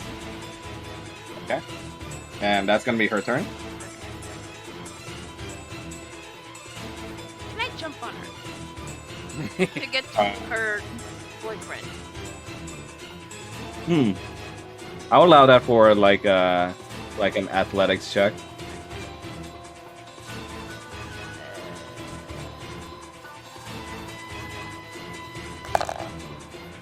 Kaiju battle. Ooh. You try to climb up on her, but unfortunately, her giant body, she's able to swipe you back to where you were. Okay, then is that considered an action? I'll let it pass as free Okay. action. Then she Past the she is going to use her multi attack instead on the big bitch Okay, go ahead. in retaliation. Go right ahead. Oh, come on. Nice. It's Nice. also it's Explain how you kill her. In retaliation of being swiped, I make a little Dionychus screech, and then I go for her stomach area and start clawing and biting the shit out the area until I pull out her guts. Oh God. Ooh. You visibly and gorily disembowel her in front of her husband, and you see this woman scream out in sheer pain as she grasps at her stomach, unable to stop you, as she falls to her knees, and you see her giant body just start to fall over forward towards you, but she is now dead, and you see her husband just fall flat on his belly on her back, prone. Okay, and then He falls down, and he starts shaking her, and he's like, "No, baby, come on, baby, come she on." makes a little defiant hiss with her face covered in blood, and I in her warned you. turn. He then looks at you and goes, all right, spare me, please. No. I'll pay whatever you want. You can have the pig." Your blood. Okay. So go ahead. Anything else with your turn, Mel, or no? No, I'm done. Jess, your move. Okay. You said dude is prone. Yeah, he's prone right now, so you would have advantage against him if you shoot him. And he's Yeah, begging fuck. for his life right now. I don't know. I feel like kind of fuck that dude. Like we tried to reason with him, and He he got was his just wife like, killed. no. And he got his wife killed. Yeah. Make him a dartboard. Yeah, so I'm gonna pull out Justin's gonna pull out his bow, and since he's prone, I'm gonna take the advantage on that and just yeah. Oh my God, that's funny. Your arrow flies perfectly through the air as he's begging for his life, and your arrow goes straight through his mouth as he's begging, and it goes out the other side. You only hear the exasperated sound of air just leaking through the now new hole in his body as he just falls over dead on top of his wife. And that's And- why you listen to us when we say just leave. You guys are victorious. Yay! Huzzah. What about the other Now two? then. Now Hold then. Hold on. There you go. It's the correct one, so I'm okay with that. Wow. Okay. Okay. Now that the combat encounter is over. Oh wait, no, it's not over. You got. That's right. I forgot there were these two little shits left. I mean, we can Are you? intimidate Would they them not into surrender when giving seeing up? their two leaders dead? Yeah, we'll just say they surrendered. Okay. We'll say they hold ass. Get Ah, the hell no, out! Fuck that! I'm gonna go after one. That's not fair. Yeah. Just gonna watch them leave and just go, bye, bitches. Yeah. I'll say you managed to catch up to one. Though, Okay, and no, you have no, them in no. your mouth. Okay, so I'm going to yeet and then pounce on one. We could have It's gotten the vicious. information. All right. And what are you gonna do to him? I'm going to keep him there, and then you guys can interrogate him. Nice. But I can't talk in this form, so someone else will have to. Jess is gonna pop over next to Maury and just look down at the poor little rat folk trembling beneath her claws and just be like, tell me where Pig Daughter is or you're next. You see the little rat folk who's scared out of his mind. He's full of snot coming out of his mouth and tears in Ew. his eyes. He's like, "The little pig thing was in the room over in the east. Okay, that's all I know." I'm going to check the room. I have the company. Go ahead and roll for perception. Both of us or just Blaze? Both of you. Can I kill the rat folk? Let's wait until after we find Pig Daughter. Oof. Then you can No, eat. please! I told you what I knew. I'm gonna wait until Blaze and Gustav make their perception checks. Oh, Gustav did better than I did. Okay. You see, in the room is empty, but you see many little cavernous holes lining the walls, and you hear the echoing sounds of a pig squeal.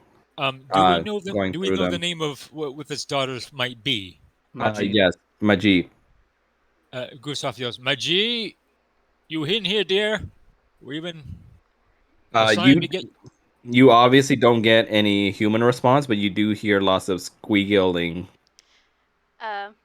Before we do that, Mori is going to look towards Jesk as if she's asking for permission with her mouth right at the rat folk's neck. Like Jessica's gonna look at Maury and just give 2 thumbs up. Oh. Oh, dear. The rat folk is gonna look at that and go like, no. And then she chomps down and rips out his throat. Oh my god. Yeah, she's not happy. She really Yeah. needs Soren back. Yeah. Yeah, the rat folk just immediately dies out of shock and pain from what you just did to him, and yeah, he's dead. Okay, and then she is going to shape out of her form. Okay. And You revert back to your normal form. and she has blood all over her. Yeah, I don't think she's neutral good. She's more like neutral. True neutral. Yeah. And then she looks towards Jesk with a nod, and then she goes and joins the other two with Jessica's blood. just gonna follow behind Maury. With blood all over her clothes and all over her face. Gustav is following his ears towards the sound of the oinking and squealing. Which hole is that coming from? You hear that it's coming over in this general direction.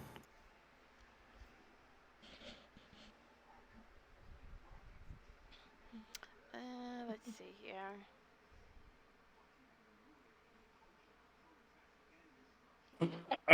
Which one did you say? Direction? Because we didn't see anything. Yeah, I was Yeah, gonna I- say. I think I I don't didn't You guys think see so. this? No, Do you guys see this? no. Well, it's No. the hole directly to the east. Oh, okay. This one? East. To the East? east. Oh, I can't. I don't know my brain. That was north. Ignore me. I don't know why the fuck I just thought east was So north. how big but- are the holes? The holes are pretty small. They look like they're just big enough to where a pig might be able to squeeze through. Okay. Or- So Kobold. someone about that size is gonna have to go through. Maybe goose off. Absolutely. Go. You're pig-sized. Gustav removes his not helmet, his mask. He sets it aside and glares to his teammates, "Leave my mask alone." And then he we won't touch it. Oh, honey, no one's gonna touch that ugly thing. Just go. That's what she said. Jessica's gonna wait till Uh, Gustav's out of But range she and just said- pick up the mask and put it on. She kinda- Gustav goes into the hole, completely knowing what he's in for, and he looks around. "I am a kobold, darling, so don't be afraid if you see me." You climb through and you eventually see in the darkness with your dark vision the sight of a pig with human auburn hair, looking extremely terrified as she cowers in the corner of this small cavern. Oh, poor piggy. Gustav tries to come just close enough and says, "Hello, friend. We're here to rescue you." She seems wary as she continues to back up against the wall as you begin to approach her. Want to mention her father's name. What's his name again? I know it in character, but I can't remember it out of character. The name was Omar. Your father Omar sent us. We are hired by him, and we're trying to rescue you.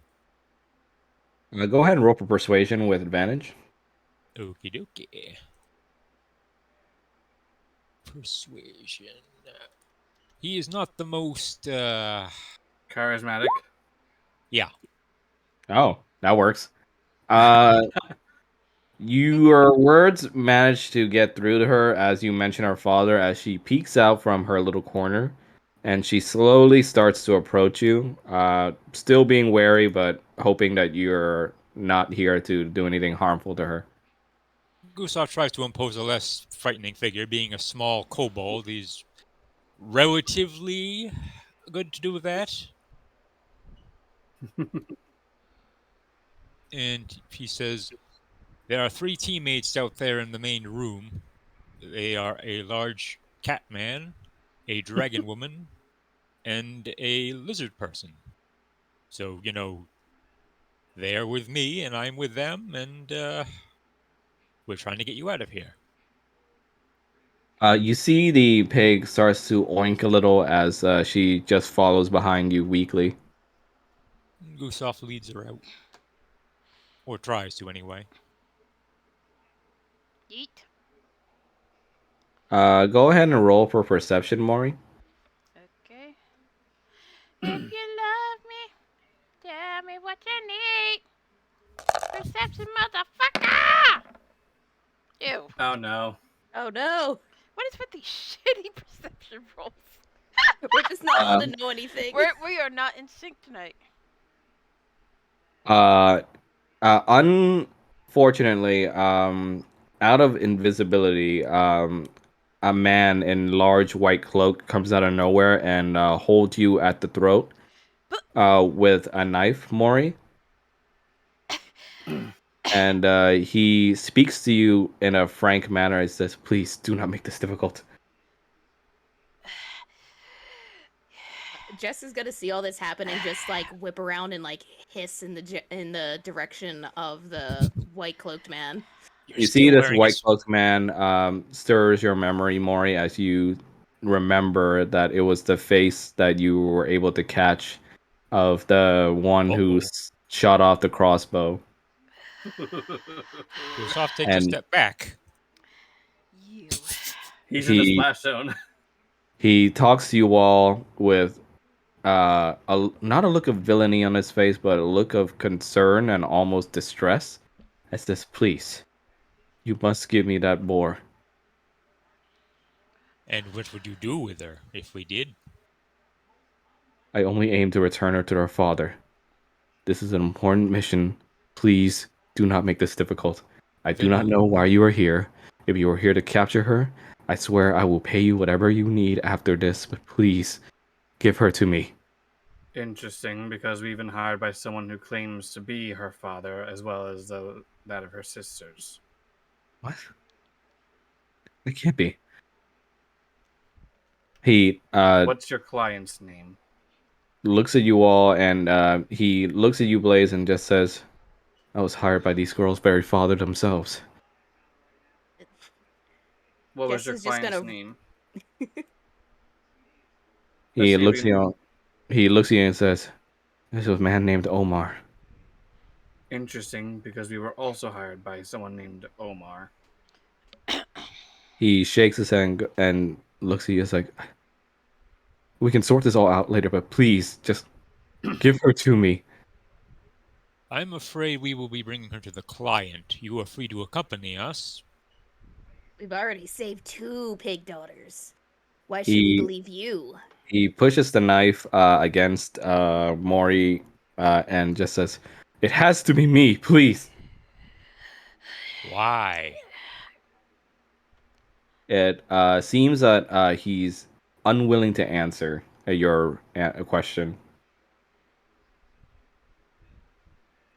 Gustav is not wearing his mask right now, and his chitinous face looks a bit more wild, and he starts to look a bit more intimidating, and he says, "Why?" Jessica's gonna back Goose off a bit and just hiss and fluff out his frills a bit. You can roll for intimidate as well, Jess, if you want.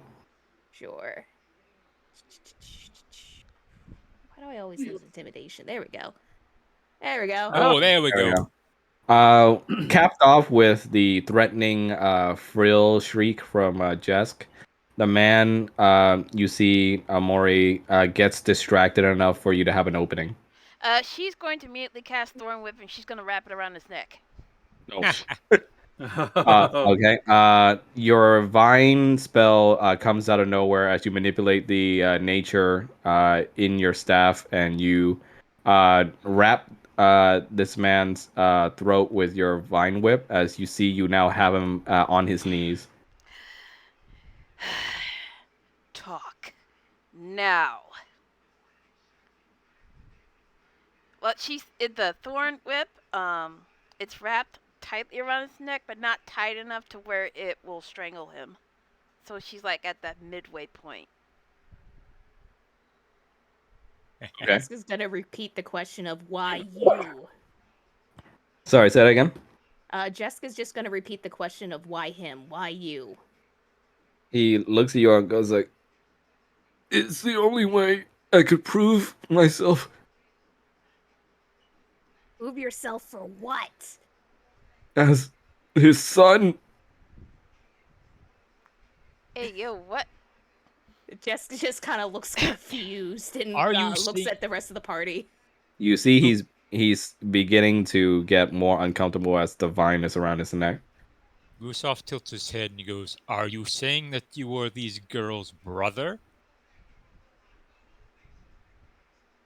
You see, there's a look of shame across his face that paints his expression, along with the uncomfort or discomfort he feels from having the vine whip around his neck, as he only shakes his head lightly. Interesting. Jessica's gonna look at the pig daughter whose name I can never remember, Ajin? and and be like, "This your brother?" You see the boar shakes her head in confusion. Do you recognize him? You see the boar shakes her head again, this time looking even more confused. Please explain yourself, because this is ridiculous, sir. At this point, is the vine loose enough for him to talk freely it's or loose no? enough for him to talk freely, but not loose enough to where he can escape. He begins speaking. As he says, "I, I am his son from another woman." Oh, he's I mean, a that man still whore. technically makes. I mean, that still technically makes you their brother, just half brother, but Eh. splitting hairs. Are you He's- disgraced, sir? He does not know how to answer that question, as he simply still looks like he's incredibly ashamed. As he says, "I only wanted to prove myself as a proper heir and son to him.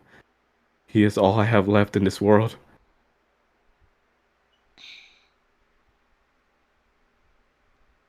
Unfortunately for you, I don't give a shit. And then she kind of tightens the thorn whip again, but not enough to strangle him, but enough to make it very uncomfortable. He might know begins of to an, choke and suffocate.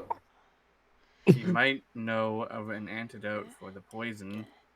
You were the Yes. one that shot Sorum, weren't you? It was an accident. You were never. She loosens up just a little bit. He continues to. "You were never the target. I apologize." Apologies Then will who get you was? nowhere. I was told by him, By who? by my father himself, to target the big green person. Interesting. And when you Well, came out, my instincts kicked in. I only saw the green and I shot. So I he didn't know is. that it was not you, He or it was So mistook not you the for him. that fat lard. So the intended target was Aebtismat. He confused her for the big fat fuck. You see him beginning to try and struggle at the vines. It says, "If you wish to take my life in repentance, I will not blame you." I have a better idea. Why don't we take him along with us to Omar? Because if he got the poison from Omar, which Aebtismat seemed to hint, perhaps Omar has the antidote. I like this idea. She looks back at Blaze, and then back towards her. What's his name? Mahmoud. He never revealed his name to you, but it Oh, says on okay. his So token. Yeah. towards the man in white clothing, and slowly and carefully she releases the thorn whip from around his neck. If you betray us, I will kill you. You see him groveling at the ground, struggling for air, as he now has like purple marks over his throat, as he simply just nods along weakly. Have you poisoned any others, sir? Sorry, say it again. Have you poisoned any others, sir? He shakes his head. No. No. I was simply given a task to retrieve the daughters at any cost. I was given those two ogres, but they were defeated. Yes, they were. Ew. There was 3. Where's the third? He tilts his head. I did not know of a third. Curious. Dun, I dun, apologize for any Sometimes not really grievances that you may have. I only did as my father bid of me to prove my legitimacy to him. Gustav also tugs on Jess's pant leg. Hey, give me my mask. Jess looks back at Gustav and just silently hands him the mask. Gustav puts it on. Ah, happy.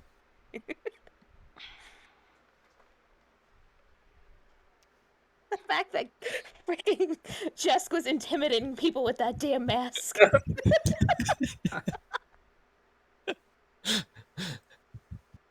So Mori kind of picks up the white cloaked man, like kind of forces him to stand up. and she kind of like pushes him to get him walking. I'm ready to leave.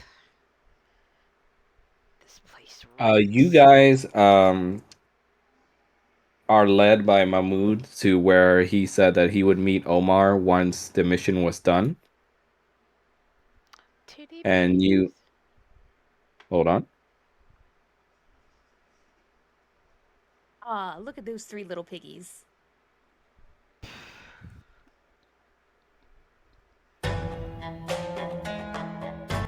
Ooh, woo, woo, woo, woo.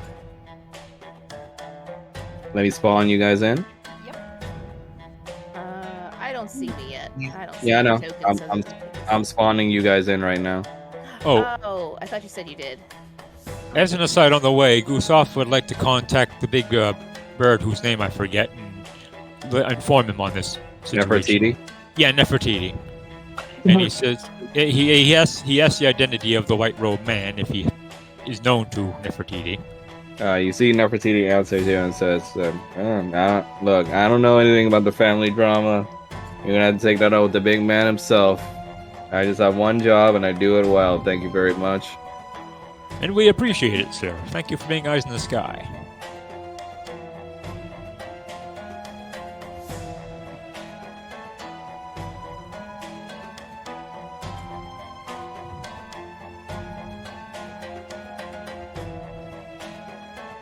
Oh, he also asked to ride Magint.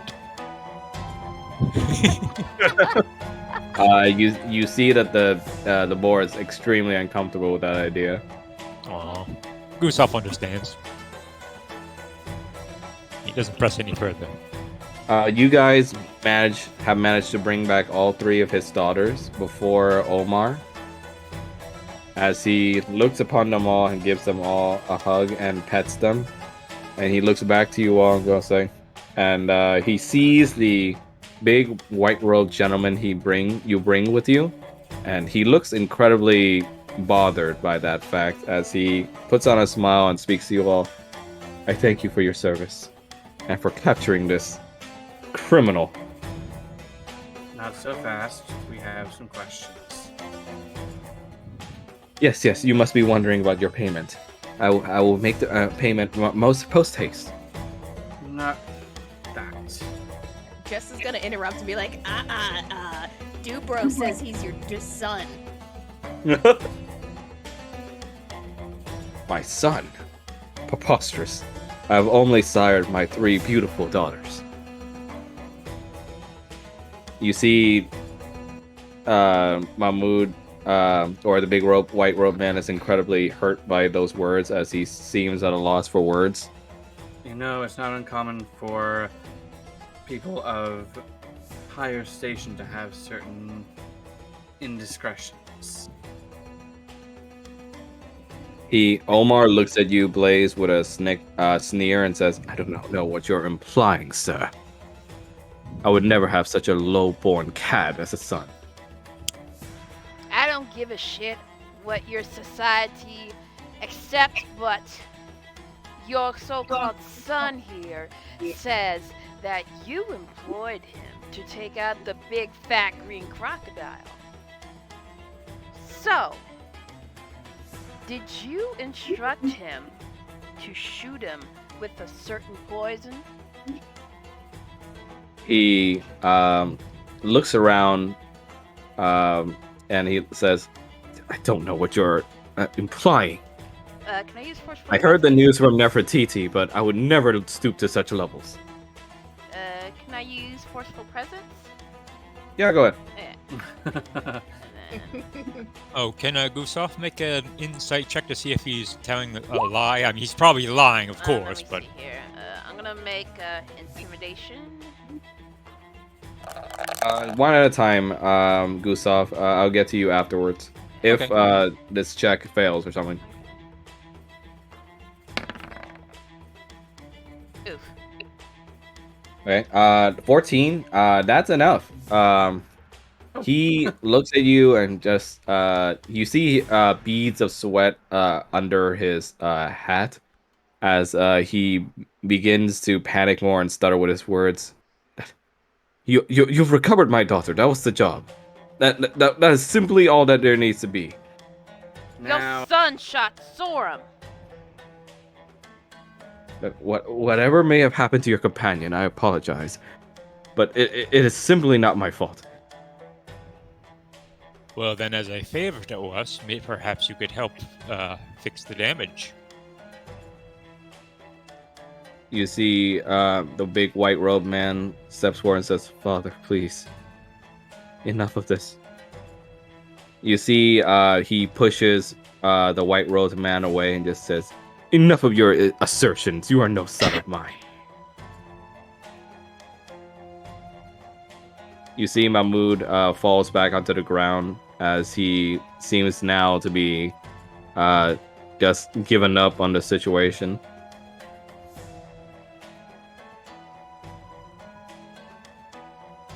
Jess is just gonna look at Omar and say, I don't care who's your son, just give us the antidote for the basilisk venom. Still intimidated from the check that Mori did. He backs away with his boar daughters behind him, looking like he's cornered, as he says, I don't. She's gonna walk forward and cast Thorn Whip on his ankles so he cannot run. You cast Stormweb on his ankle and you manage to trip him over as he falls. You see his boar daughters rush to his side, though, almost with pleading eyes, begging you to not hurt him. we're told that basilisk venom has a very singular cost. Therefore, so too would the antidote. And it's also been intimated to us that you would have such a thing. You see the nobleman Omar just grits his teeth and swipes his hand at you all and just says, "If you had all done your job expeditiously, none of this would have happened." Do you want to die? He looks at you and says, "You would have cost me, the man who's paying you, the one who sent you on this mission. You would believe the words of a cad like him over there." Money is irrelevant when it comes to my lover. Ooh. She said it. All of a sudden, you see noises of stomping feet coming forwards. As to the left, you see a bunch of war ostriches ride up. Oh, And you good, they're see back. that it's the very same gnolls that you had to chase from back then. Oh, great. And you see one of the gnoll slavers pop out and said, "Oi, there's our catch." And to the south, though, the situation worsens as from a puff of magical smoke, you see the green hag appear, looking very hungry for some pig meat.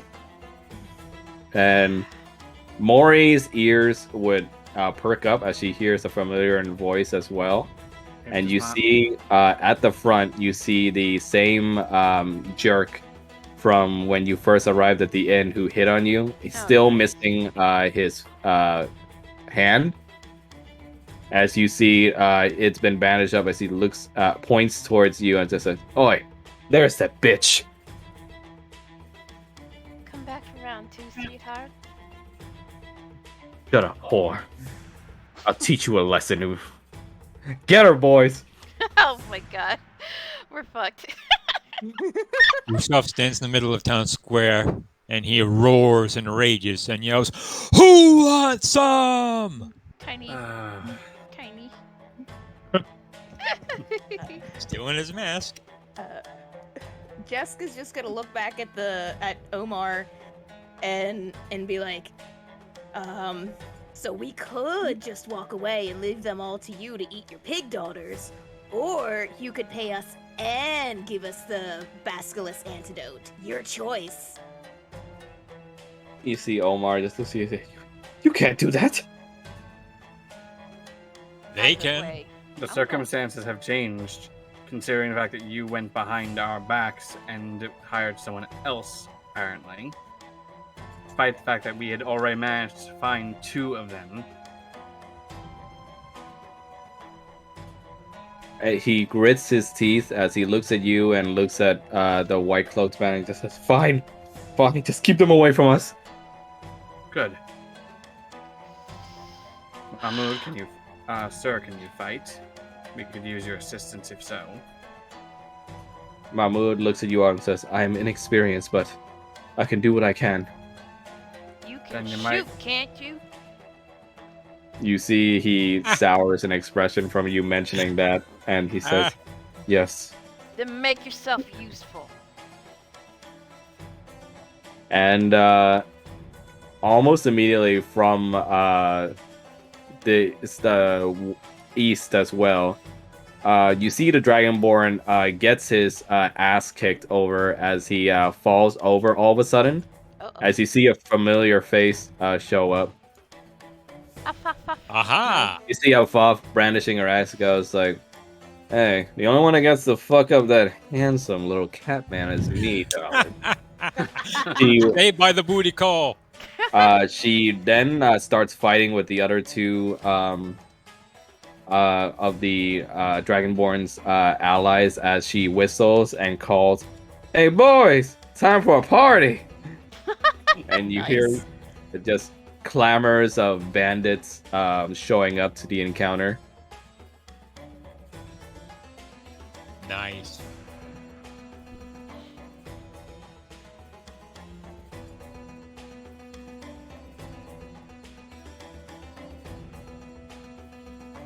This is gonna be fun. Yeah, it's got a whole big clusterfuck. I like the fucks of cluster. Okay. Yeah, that's gonna be battle time, bitches. Oh boy. Titties everywhere. You guys can roll for your initiative. Since this is gonna be messy, I'm just gonna say that the NP Omar and his daughters are going to move as one unit, and they're gonna be moving after everyone else. But all the enemies are gonna move after you guys.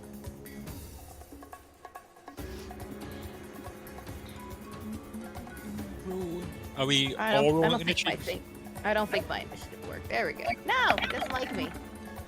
Ooh.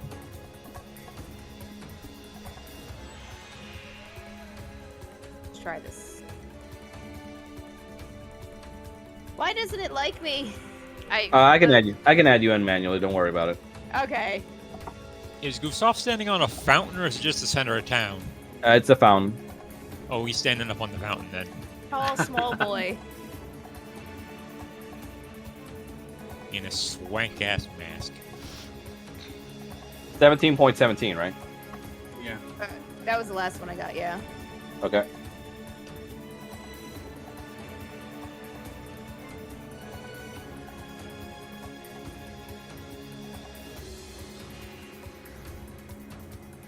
Okay.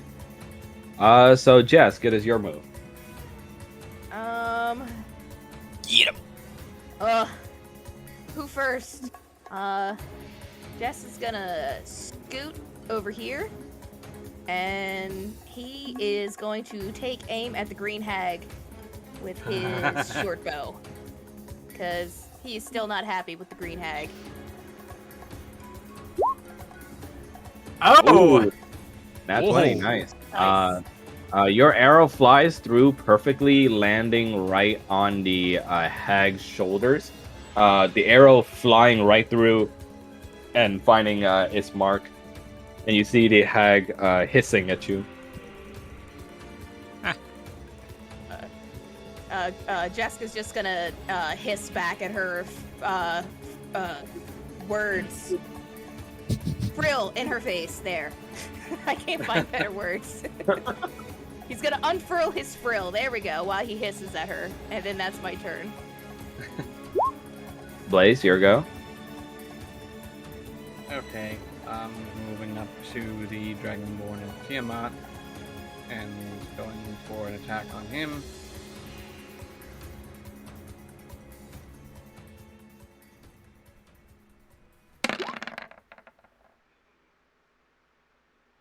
Let's see his AC. Unfortunately, that does not hit him. The cocky Dragonborn knocks back your strike and just says, useless.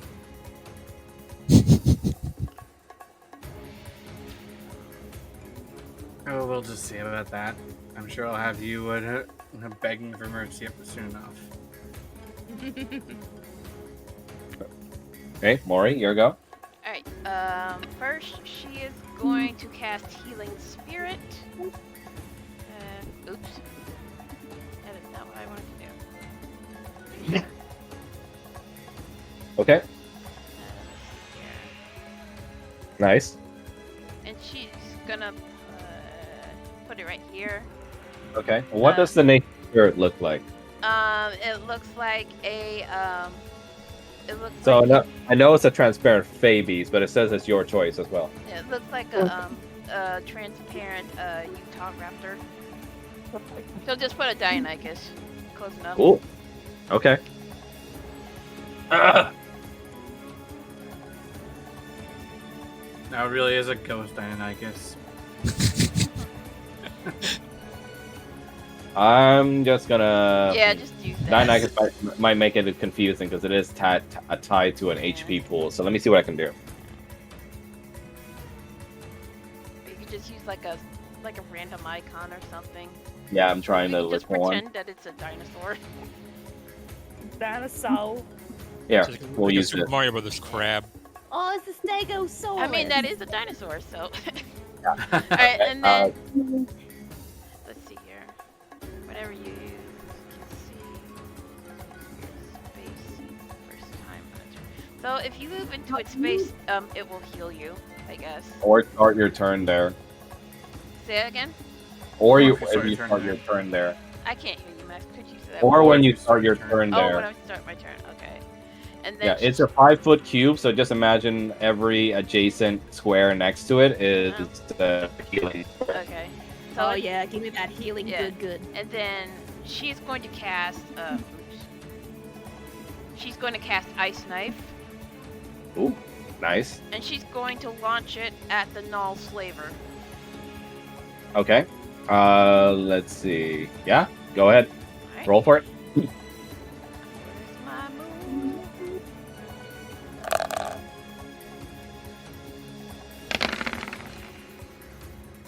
Wait. Ooh, nice. Oh. That does hit. Let me roll for his dex save. Yep, no problem. Let me see. Null Slaver, what stats do you have? Let's see.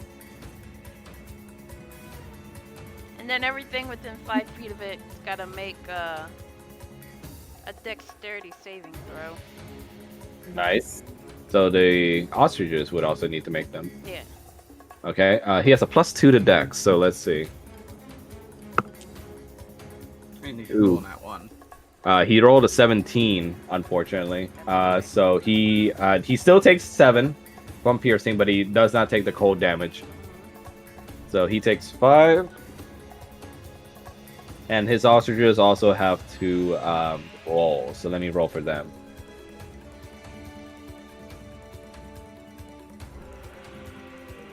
They have a +1 to dex, so let's see. Oof. This one fails, only rolling 13. So it's gonna take the 5 cold damage since it was within proximity.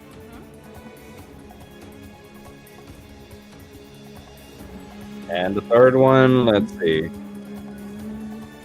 Ooh, nat 1. So yeah, that definitely fails. So he takes 5. Okay. Anything else your turn? And she's going to end her turn. Okay. Gustav, your move. Gustav. Since you're starting your turn there, Mori's healing spirit will heal you for, let's see, it was 1d6 of healing. Okay, so should I roll that, or do you want to roll that, or? Mel, just to determine how many times this thing can heal, it's I 1 think it's plus your 5. spellcasting ability modifier. So how much is your wisdom? My wisdom is 18, so I got 4. So +4, +1. So this thing can heal 5 times. So, okay, 1 charge. I'm going to keep track of that. Okay, so go ahead and roll 1d6 to heal, Jab. 1d6. 4. Nice. So you get 4 health back. Does it give me 1 temporary or just fill me up to 4? No, it just goes up to full. Yeah. Alrighty. Boom. I am. Alright. Now Gustav whips out his sling like any good kobold would, and he flings a bullet at Green Hag. Okay, go ahead. It's one of those screamer ones too, like the Celts used. Nice. Okay, let me check her stat block. God, there's so many stat blocks for this fight. No, unfortunately that does not hit. Your fling, unfortunately misses and it just goes over her head. Well, I end my turn. Okay. Who says I'm gay? In that case, it's gonna be the NPCs and monsters' turns now. I already rolled for them, so we're gonna go in order. It's going to be the Knoll faction first.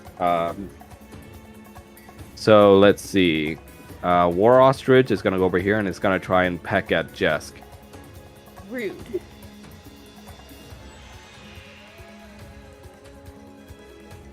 Or sorry, use its claws, I mean. What's your AC again, Jesk? 14.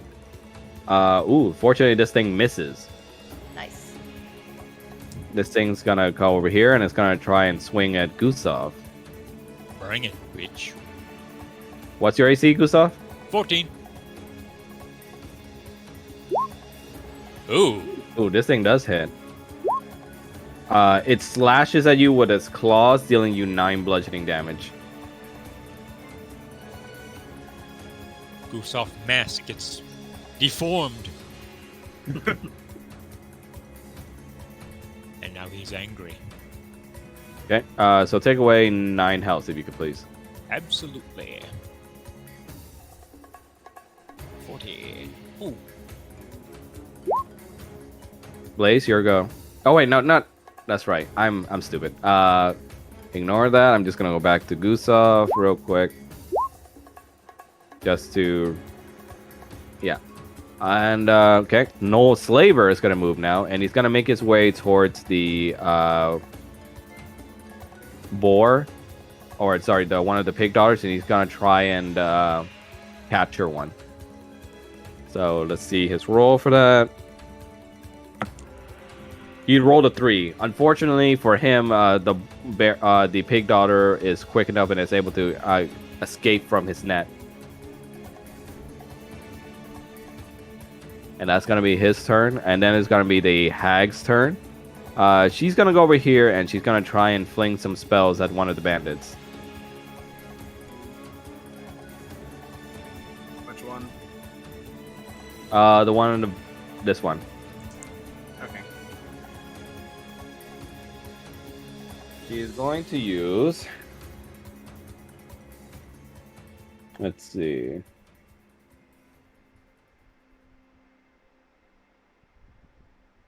Gonna use Lightning Bolt.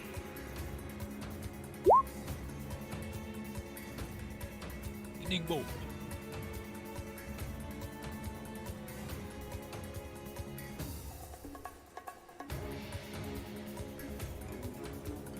Okay, she's gonna go over there and use Lightning Bolt, and pretty much these guys gonna need to make dex saves, so let's see. Okay, this goon, fortunately, is able to save himself. Let's try the other goon. This goon, unfortunately, does not get saved. Nat 20 for this goon on the top left, so he definitely is safe. And this goon is unfortunately not safe. So direct diagonal line gets fucked. And they take, let's see, 4d6 worth of lightning damage. Ooh. So that's gonna hurt. I'm just gonna roll it here. Better you than me, dudes. Ooh. So unfortunately, these two bandits get fried. to death, Oh. Rip. leaving just the 2 bandits left. Okay, and that's going to be Green Hag's turn. And then it's going to be the Dragonborn's turn. They're going to make an attack towards you, Blaze. Okay. AC. 18 AC, right? Yep. Okay. Stat block, stat block, stat block. There you are. And he's going to use his multi-attack with 2 great axe attacks. Okay, that did nothing. Never mind. Really? His hand got chopped off. Yeah, he's still using a great axe with 1 hand. Oh. Gotta do what you gotta That's do. gonna be hard to do since it's a 2-handed weapon. Yeah, ignore the necrotic shit. I was gonna say because I punched it down to Yeah, 8. that's 13. And then another one. Ooh, that's gonna be 13 and 6. So together, that's gonna be 19 slashing damage. He does this to you. Yeah, I'm down to 14. Yeah. Ooh. Can see that. Grin like a cocky fucker towards you. It goes like, "Is that all you have, little pussycat?"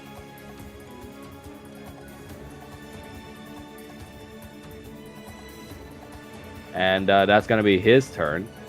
His 2 buddies are gonna attack Afaf. So Afaf, your AC is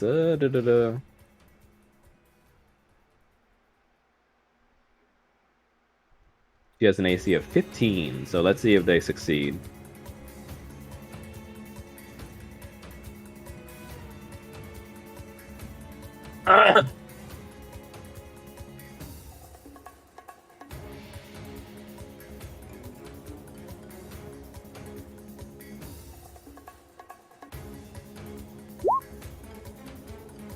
Ooh, this one fails. Okay, and then the other one's going to try and attack with a javelin as well. Also failing. Okay, then it's going to be Afaf and her bandits. Afaf is going to attack the Dragonborn. She's going to attack with her own multi-attack. So that's going to be 3 melee attacks with her. So it's going to be 2 with a scimitar and 1 with her axe.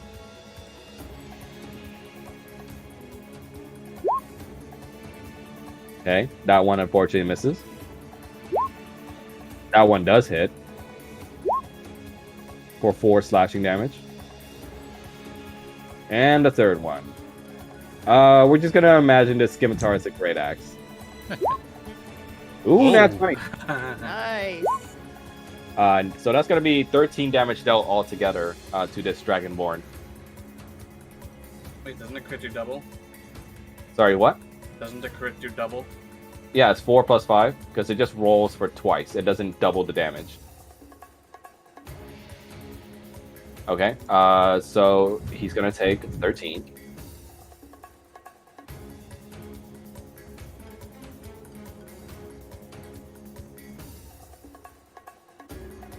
And as a bonus action, she's gonna toss you something that looks like it has a glint to it, Blaze.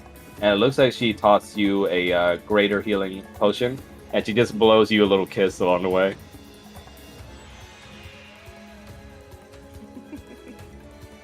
And Afaf just looks at you and just says, "Don't forget our date." Yes, that's if I make it out alive. Okay, and now we're back to the Omar and his daughters. They're going to back up all the way over here. Wise. Very wise. And finally, we're back to Jess. Alright, I'm stuck between 3 jerks. Yes. Do I get healing from? Yes. Yes, it's your yes. turn. Thanks for reminding me, actually. Okay, 1d6 of healing. And that's 3 healing charges left afterwards. Nice. So you heal 3. Better than nothing. Right, I'll take it. Alright, Since I am in range, I'm going to use my sneak attack with my dagger on the Knoll Slaver. Okay, go ahead. Oh, wait. I forgot. Mahmoud was also's turn. So, sorry, let me go ahead and resolve his turn, too. Okay. Sorry. Yeah, you still keep the healing, though. Would they still gonna- get the attack, though? Since I was... Yeah, they'll still be able to attack, don't worry. I'm just going to resolve his turn first. So Mahmoud's going to go over here, and he's going to aim at the Null Slaver. And let's see his roll.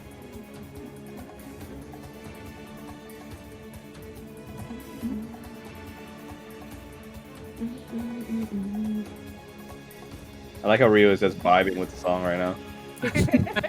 Penis. Good music. What do you want?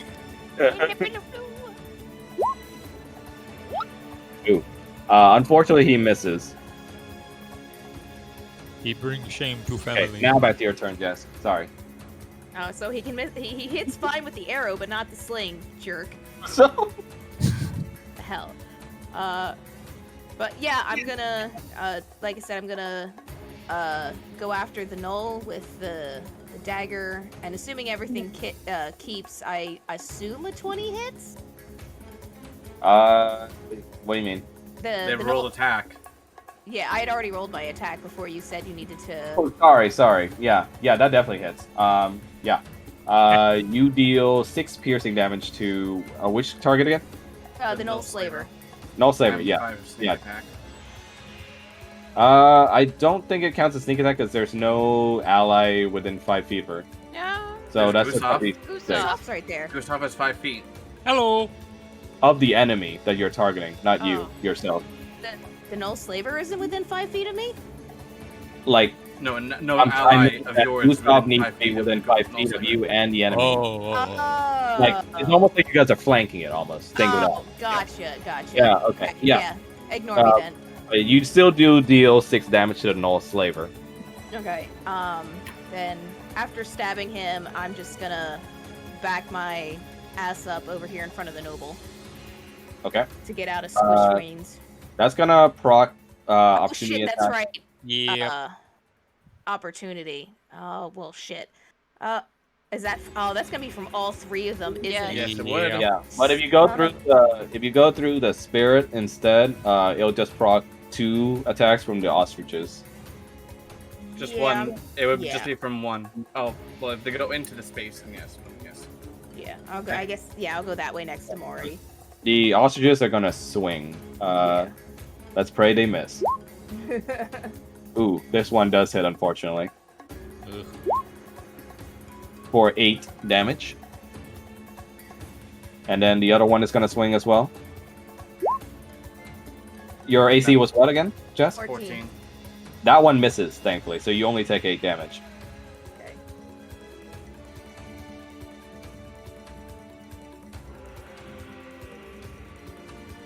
Alright, then that'll be my turn. Okay. Blaze, your go. Zit. Greater healing potion. Go ahead and roll for it. Nice. You get back 16 health. Dang. Big slurp. Slurp.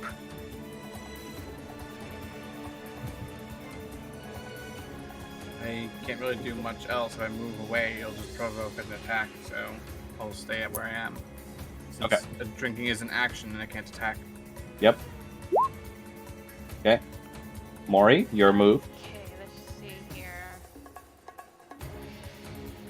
She's gonna draw. Let me see, right here, and she's gonna draw the attention of the green hag. Okay. With her. Let's see here. Give me 1 second. Actually, she's just gonna use Shillelagh to. Oh, bonker. Yeah. And then she's going to rush up to her and then do Puppet tail hag. do a two-handed quarterstaff attack. Bonk. Go right ahead. Ooh, unfortunately, that misses. Oh, Oh. 16 misses on Yeah. armored opponent? Wow. She has natural armor. You hag.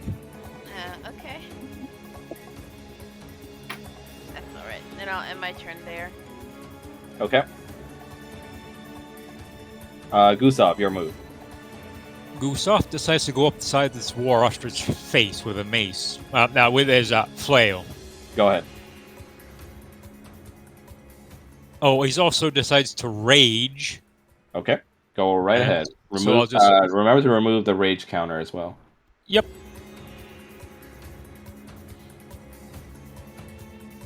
Okay, that brings it down to 1 remaining.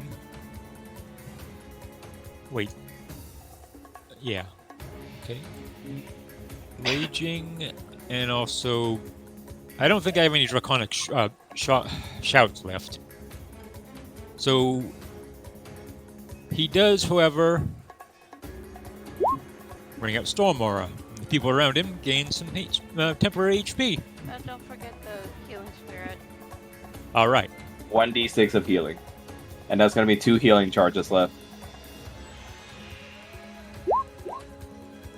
Nice, so you get 3 back. Okay. And... yeah. Let me roll. Flail. Is that with advantage, I think? I think it's with advantage. Since you're raging, yeah. Yeah. Ooh. Unfortunately, even with the advantage, you do miss this flail attack. Damn it! Oh well, I end my turn. Okay. So that's going to be the enemy's turns now. Null Slaver is going to try and go over here. And he's going to attack Mahmood.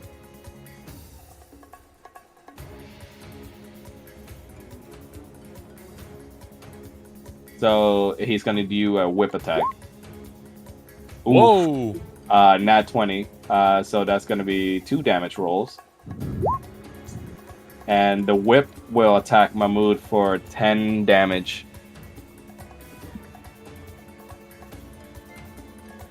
Ooh. And then the ostrich is going to mobilize. This ostrich is going to try and attack you, Gustav. What's your AC again? 14.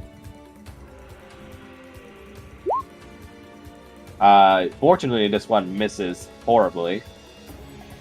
This Gustav one is going snarls to try it. and try and attack you as well, Gustav. That's good. Come at me. And horribly misses as well. Okay.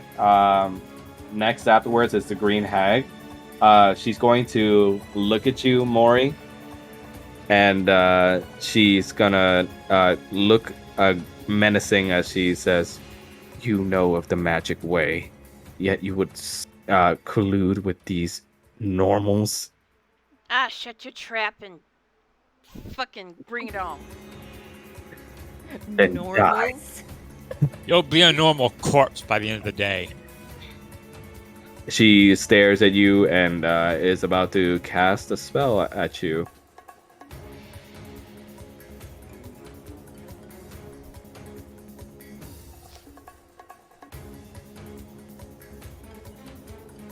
Okay, she's gonna cast, let's see. Who's she casting at? Mori? Mori. Yeah. Da-da-da. Oh my god, so many stat blocks. Probably a lot of spells. Very.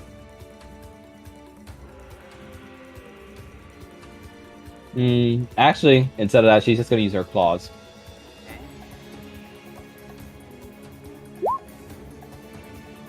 Ooh. 16, I believe that hits. Yes. Ooh, Ooh. 16 slashing Oh, damage to you. Christ. That's ridiculous. As she swipes across your face and leaves a mark on your cheek.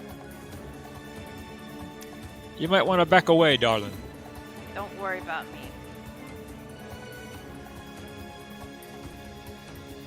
Let's see.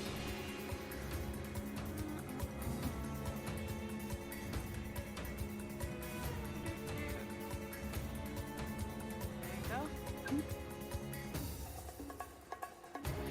Oh, also, to people within, I think, 10 feet, don't forget to add some temporary HP.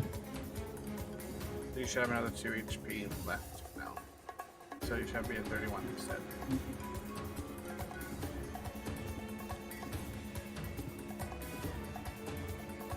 Okay. Okay. Oh.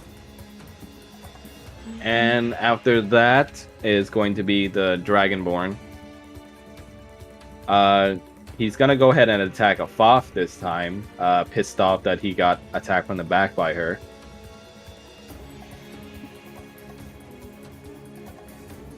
And he's gonna go ahead and try and pull another multi-attack. Ooh, he misses. Sucks to be you.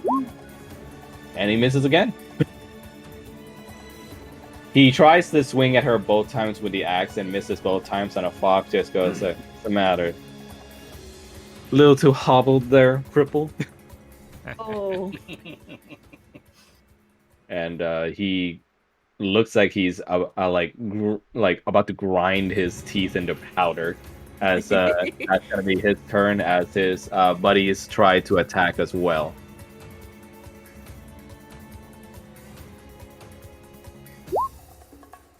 Ooh, nat 20. This one deals 15 to a Foth, unfortunately, as they're able to catch her with their javelin.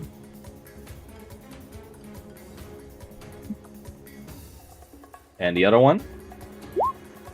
This one hits as well, unfortunately, dealing her 12 damage. Ooh, Nice. that's off. No. Oh, that's smart, she says. Wow, your minions have better aim than you do. That's quite embarrassing. And the Dragonborn looks at you, so, shut up, pussycat. I'll skin you alive. Bring it on, bitch. And after that, the bandits are going to start moving now. They're going to try and help Mori with attacking the hag.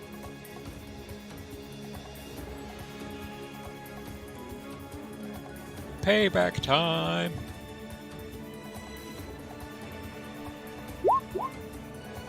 Ooh, unfortunately, this one's attack bounces off the natural armor of the green hag. This one's going to try as well. This one does hit, thankfully, Ooh. Okay, so at least dealing we know- her 4 slashing damage. Okay, so now we know at least that it has a 17. Since the 16 missed. After that, it's going to be Mahmoud. He's going to move over here, and he's going to put a hand over Jesk, and he's going to cast Cure Wounds. Oh. Let's see.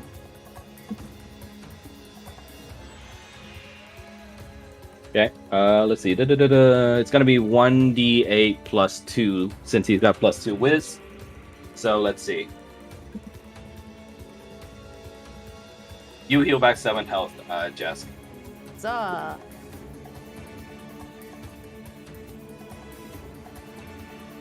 Okay, and after that, the noble and his boars are gonna be staying still right where they are. And it's gonna go right back to Jess. But give me 1 second, Healing please. spirit. Short bathroom break. 1 sec, please. Mm-hmm.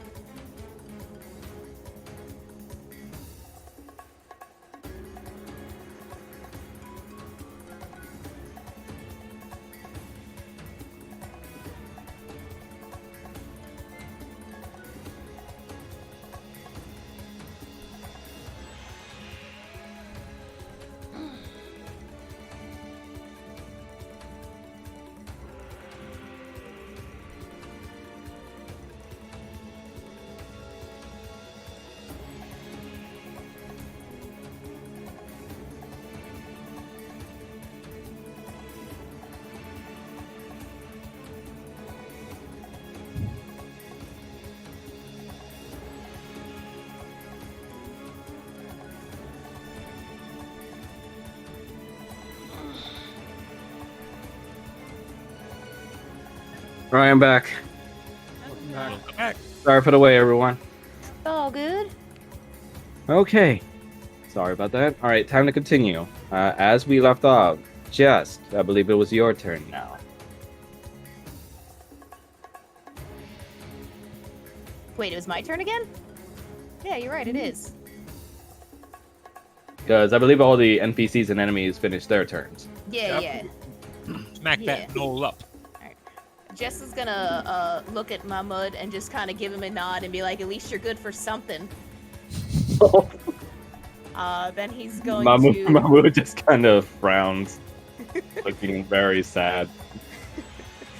Um, You're doing more than your father is. Don't worry about that.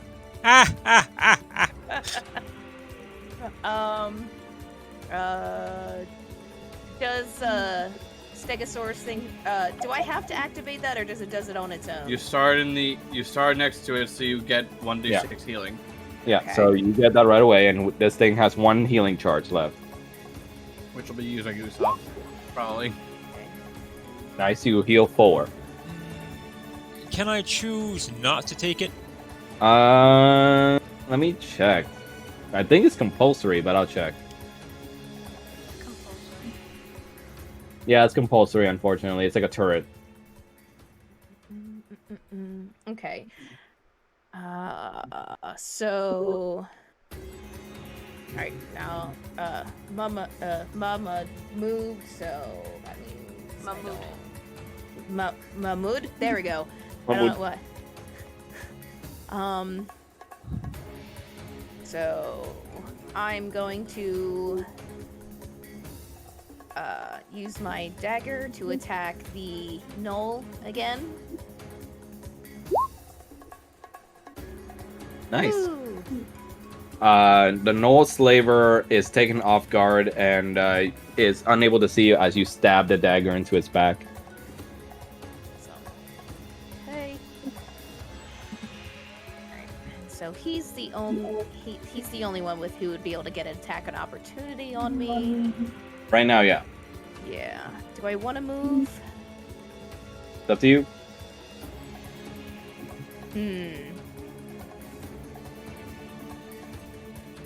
I'd tank it for you if I could. Yeah. Yeah, I think I'm gonna do what I originally wanted to do here and move in front of the noble. Ah. Okay.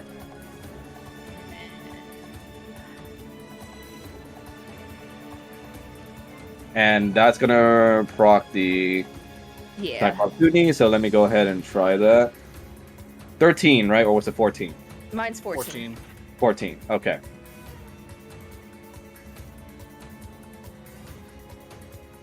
God, all these fucking stab blocks! Hey, you made this fight. Yeah, I did. Mm-hmm. Yay, missed. That misses, fortunately. His whip cracks, but you're able to jump away from it. Anything else for your turn, Jess? Jess is just gonna flip the knoll, the bird, and end his turn. The knoll returns your bird. Blaze, your move. Okay. Going to strike with long swords. I'm holding it with both hands rather than just the one. Since the shield's strapped to the arm.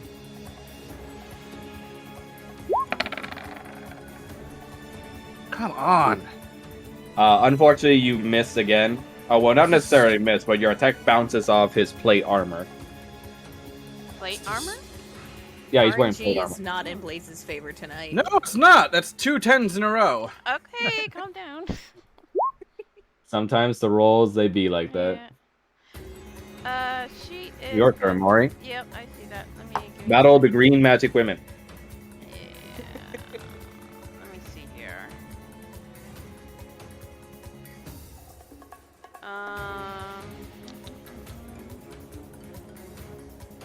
She's actually gonna like. How far is she?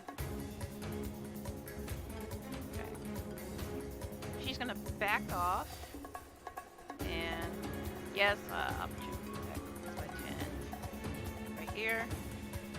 Okay. She's gonna opportunity attack with her claws. Yep, go for it. Green hag. Fortunately, she misses. Cool. Alright, and then she's gonna use heat metal on the Dragonborn of Tiamat. Oh shit! That's why you were like, plate? Alright, let's see. What kind of fillings does he have?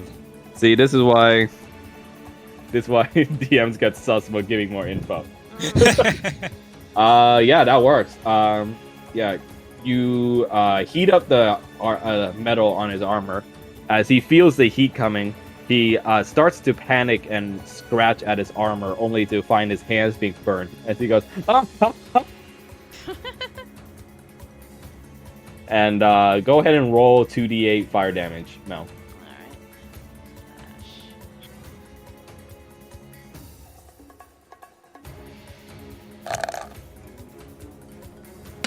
Alright. Right. Right. And from now on, instead of taking on his turn, I just read that part in the spell. You can use a bonus action to make it tick again. Oh. Well, I didn't use a bonus action yet, so... Can I do it again? Yeah. Cool. Oh no, it's just each of your subsequent turns. So Oh, okay, then never mind then. starting from the turns after this, you will be able to. Yeah. Okay. I will end my turn. But yeah, he does take a hot smoking 10 damage. End my turn. And Gustav, your move. Gustav decides he wants to. All right, figure Mel. out- Since you ended your turn on the turret, I think that heals you too, right? Does it? I thought it was when you start there or when you end there, right? When you move through it. Oh, when you move through it, I see. Okay, never mind. Yeah. Okay. Gustav would like to go Gustav, forward. roll for. You don't need to move through it, but since you start your turn near the turret, you are taking up the last charge of healing. So go ahead and roll 1d6 healing. Nice, 4. You're full up. And the spirit dissipates, having served its purpose. I'm going to move you a bit, Gustav, just so I can remove the That's token. cool. There you go. Okay, Cool. go on. Gustav snarls, brings up his flail, and swings it down at the Knoll slaver's head while he's distracted by Jesk. Go ahead. Flail advantage because raging. Nice, you do hit. So you managed to bash Whoa. him across the head with your flail when he's distracted, Wait, and you five deal hits? him 7 damage. 5 hits? Had advantage. Oh, he's he had raging. advantage. Oh, Yeah. I'm dumb. My bad. Okay. Anything else with your turn, Gustav? Oh, nope, I'm good. End Okay. turn. Okay. So that's gonna be now the Knoll Slaver's turn. Come at me. He's gonna seek retaliation against you, Gustav, and he's gonna make an attack.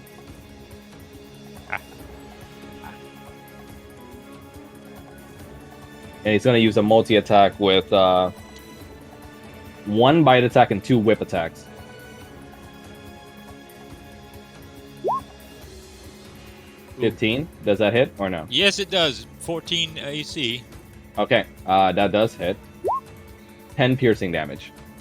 Technically, wouldn't it be 5 since he's raging? Yeah, right. You're raging, so that's half.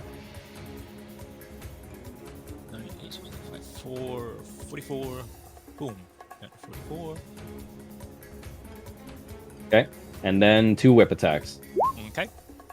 That does hit. Okay, yep. That's gonna be 4 damage. Okay, down to 40. And the second whip attack, that does hit. Oh my god. And that's gonna be 3 damage. 37.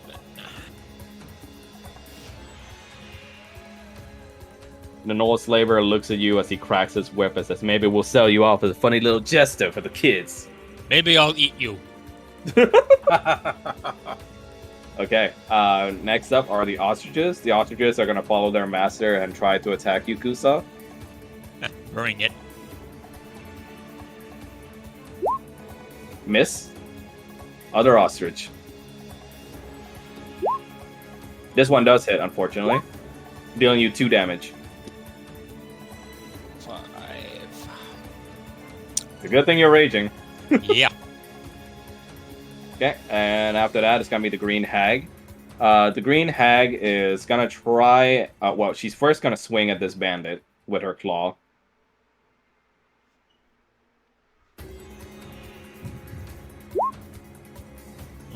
Let's see, Those Mr. poor red Bandit. shirt- those Are you poor red alive? shirts. I don't think Mr. he Bandit, is. fortunately, dodges out of the way of that claw attack, Oh wow. and she's gonna move over here, which will inspire a opportunity attack from the top bandit. Where is here? Ah. Technically, Bad. technically it would Yeah, provoke he's them both still- since moving out of range of yeah. both. Because she's moving down here, and I think she stays within melee range of the, or she does a U-turn, so I think she's within melee range of the bandit, technically, on the bottom. Okay. So, but she is moving out of the way of the top bandit, so top bandit is gonna make a swing. Unfortunately missing. And that's gonna be her turn. And Dragonborn. He's gonna try and attack you, Blaze. This time he's gonna use 1 Great Axe attack. Oof. Jesus. I'm dead. No, there's no necrotic damage. So he deals you 18 slashing damage with his Great Axe.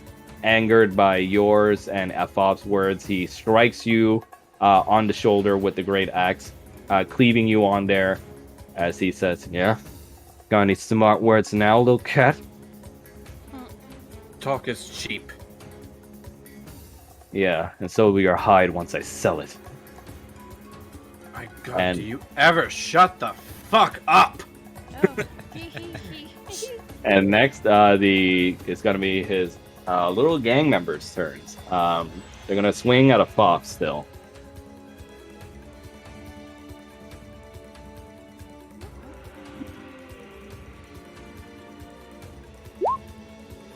Miss. Miss. Nice. The Lion King gave you a harder. And next up is gonna be Mahmood. He's gonna go over here and he's gonna cast Cure Wounds on you, Blaze. So Cure Wounds. Let's see. That's gonna be 1d8 plus 2. 1d8 plus 2. He heals you for 4 damage.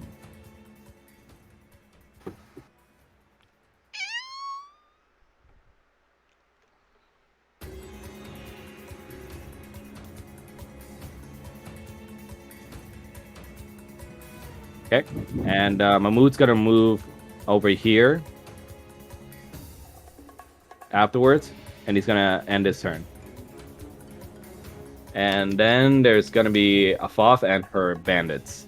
Afaf's gonna attack the Dragonborn. And she's gonna use a multi-attack. Multi-kill. Unfortunately, that misses. Oh no. That does hit. Yay. Oh. Yeah. 6 damage. And then one last one with her dagger.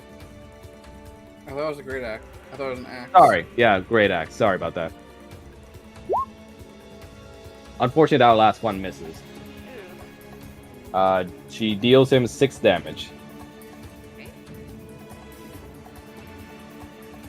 And then her bandits move. The bandit on the top is going to make his first attack. 20, that does hit. Dealing her 4 damage.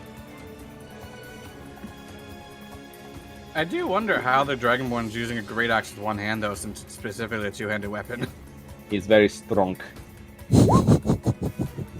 I'm kind of surprised it's not maybe disadvantage then, considering. So that's going to be 13. He misses. But then I thought they had only taken off his fingers, not his whole hand. it was a hand. Whoops. Bye. After that, it's gonna be, well, obviously Omar and the boars aren't gonna be moving. So it's back to you, Jess.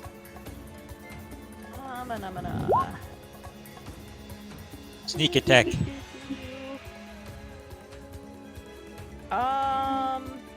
I think I can only use sneak attack from a distance if I have advantage. I don't think I have advantage. You will have advantage if you use steady aim. If you don't move, That's at all, you right. get advantage on it. That's right. I forgot I had steady aim. So yeah, I will do that. Okay. And then I will use the sneak attack with my bow to aim at the Dragonborn to try and give Blaze some assistance. Please Go don't right hit ahead. Mahmood. Uh-oh. Yeah, for this particular instance, I won't ask you to like roll for Mahmood. Ah, crap. Dumbass got in my way. You might have hit. Unfortunately, your arrow bounces off the plate armor of the Dragonborn, which is still heating up thanks to Mori. Does he have a shield? Nope, just plate armor. That armor's cramping my style. I guess that is my turn. Okay. Blaze, your go.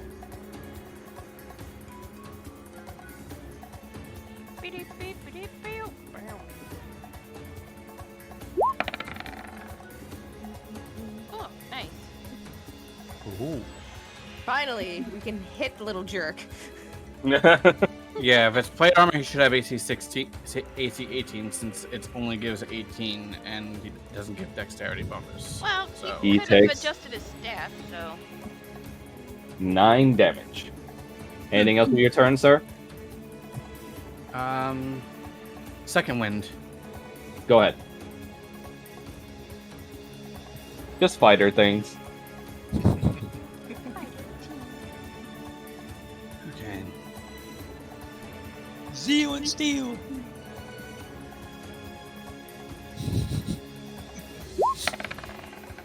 Taking a page from Spawn's book.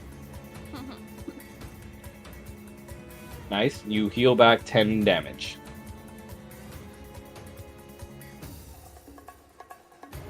Okay, and that ends turn.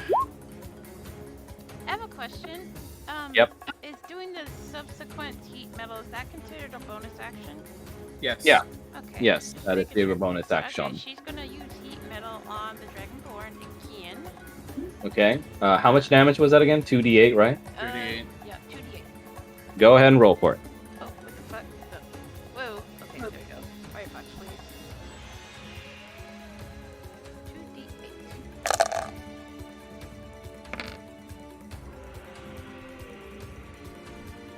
The metal on his armor heats up again, dealing him 7 damage. Okay, and then she's gonna turn towards the slaver Okay. and give him a good smack with her Shillelagh. shillelagh. Bonk. Bonk. Go ahead and roll for it. Yep. That does hit. So you bonk him over the head with your shillelagh and deal him 4 damage. You look like a Boston basher. Ooh, you look a little bit winded there, darling. Are you sure you don't want to turn your tail and run? Growls at you, and he does like the cat growl thing. Nice. And then she is going to move towards Mahmood. Okay. Where were you before you moved? Right here. Okay, he's gonna opportunity Nope, I attack. got mobile. Oh, that's right. Ah, you- take that. you Since she shouldn't have bitch. provoked the since she wouldn't have provoked the attack from the hag then earlier. Yeah. Yeah. Okay. Do you remember how much damage I dealt to you that That I turn? turn? Well- actually meant. Wait, what? Do you remember how much Opp- damage I dealt with the hag to you when you got opportunity attack? She missed. Right, she Oh. missed. Okay, so we're fine. Yeah. So I'm going Okay. to my turn. Okay. Gustav, your turn. Gustav roars, says, I'll eat your fucking tail, and swings at the slaver again with his flail. Go ahead and roll for it. Roly, roly, roly. Flail. Advantage. Sub it.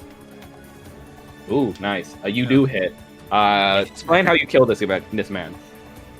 Gustav brings his flail up over his head and swings it down at the slaver, leaping into the air, crushing it down on his skull. You hear just a squelch as your flail meets his mark, and you basically bash his head in to the point where you're not sure there's much brain matter left on there. Gustav stands in the body and screams skyward. Yeah. Rip and tear!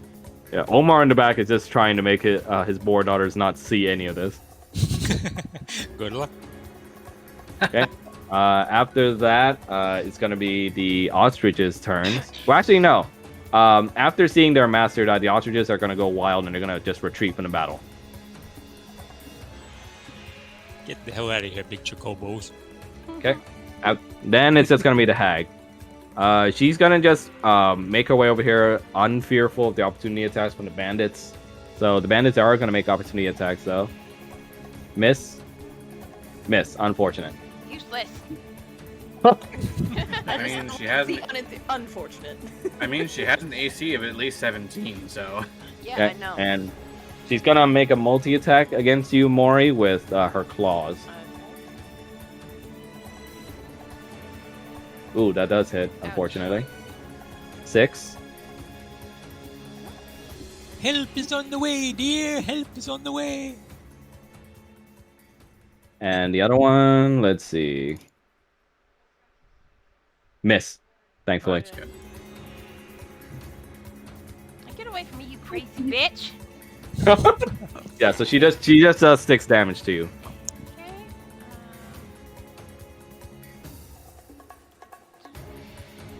Did she just... What the fuck? What happened? No, my dog. Oh.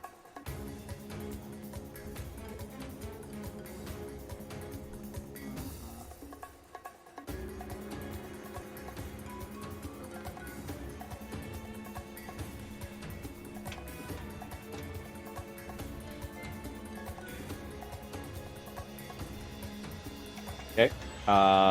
You okay, Mel? Yeah, I'm fine. Okay. After that, Is the Dragonborn? no. The hag still has a bonus action left. I'm seeing what she wants to do now.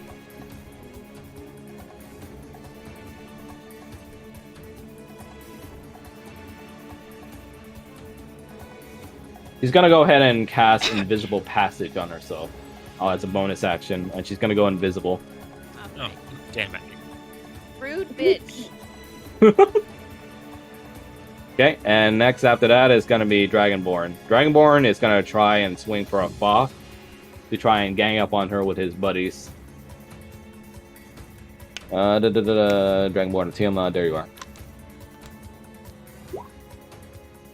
Ooh, he deals 9 damage to her from his axe.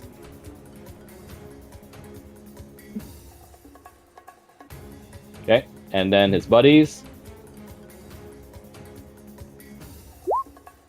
Miss. Does hit. Oof. Jesus Christ. 15. You see Foth is looking pretty licked now, as she looks like she's getting pretty weak over there. I don't even do that much damage to my freaking javelin I have on Falmouth. Yeah, these are from very strong boys. Okay. Afterwards, is gonna be Mahmoud. Mahmoud's gonna go over here and he's gonna try and attack with his dagger on the Dragonborn to try and assist. They should have Mahmoud? just stopped shooting. Mahmoud, where are you at? Where's your stat sheet? Oh wait, that's right. He doesn't have a freaking Melee weapon. no, he doesn't have a dagger. He has a club. Is he a druid? He's kind of like a hybrid caster, just normal guy. Ah, gotcha. And he missed. Yeah, he missed, unfortunately. Okay, He's trying. and afterwards is gonna be Omar not gonna move, and that's gonna be back to you, Chess. Wait, did a Faf move? Oh shit, that's right. Sorry about that. Yeah, Faf and the bandits still need to go. Yeah, a Foth will attack the Dragonborn.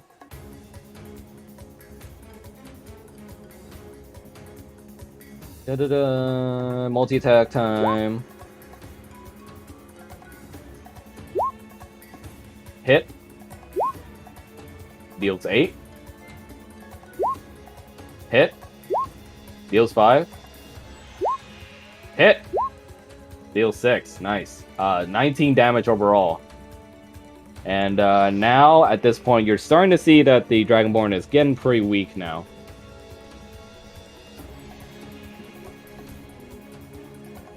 And the two bandits. As you see a Foff screams over to you, Blaze goes like, "Finish him off, cutie."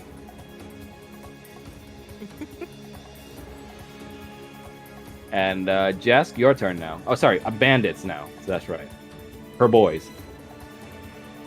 Her boys are gonna go over here to assist the effort, and they're gonna attack the Dragonborn. Ooh, unfortunate miss. This one's gonna go over here, and he's gonna shoot at the Dragonborn with his crossbow. A trigger. Hit. Ew. 4 damage.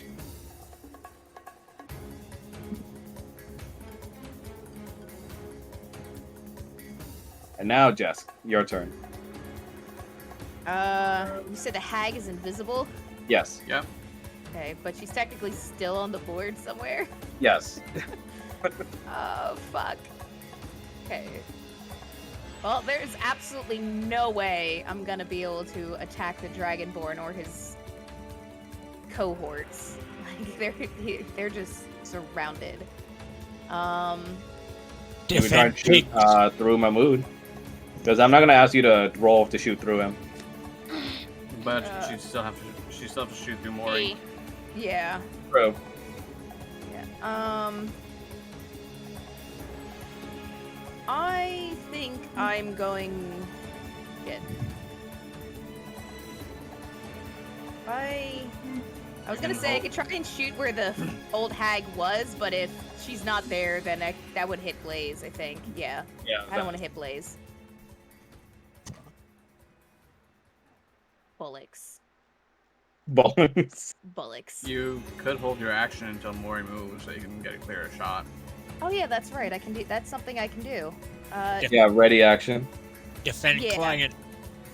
Yeah, I think. Yeah, I'm just gonna stay here and kind of like be the little meat shield for pig daughters. Okay. Are you just ending turn, or are you readying action to shoot once Mori moves? Oh, I have an idea.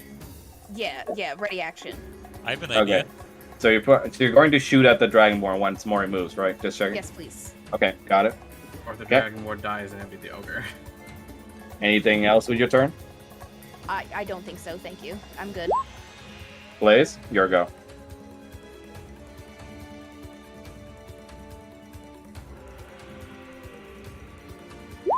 Blaze? I think Okay. he's thinking. Oh, yeah. unfortunately, as weak as he is, he's still stubborn enough to avoid your attack and avoid death. Oh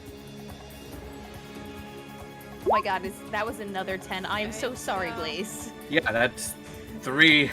Yeah, Oh, everybody God. gets crappy rolls, but she's going to use heat metal once more to heat up his armor.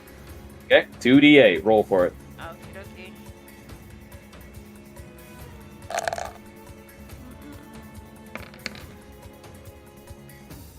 Nice.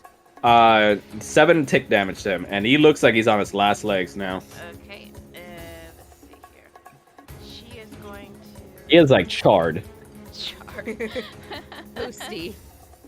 Well, she's gonna use Cure Wounds on herself. Okay. And let's see here.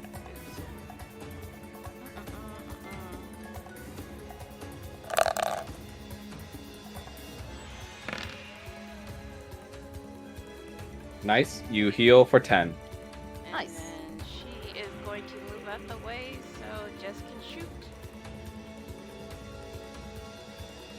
Huzzah. And end her turn. Okay. Immediately when you move out of the way, the ready to action goes live. And Jess, you shoot right at the Dragonborn. Go ahead and roll for it with advantage since you're steady aiming.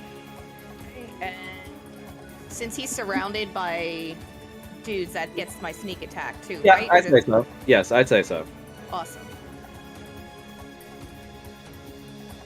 Woo! Nice. Yeah, your arrow flies through the air and at last goes right through the eye of the Dragonborn, finally putting him down for good as he slumps down to his knees in front of Blaze, defeated with smoke coming off of him from his charred armor as he falls down and the arrow goes deeper through his brain when he hits his face on the floor.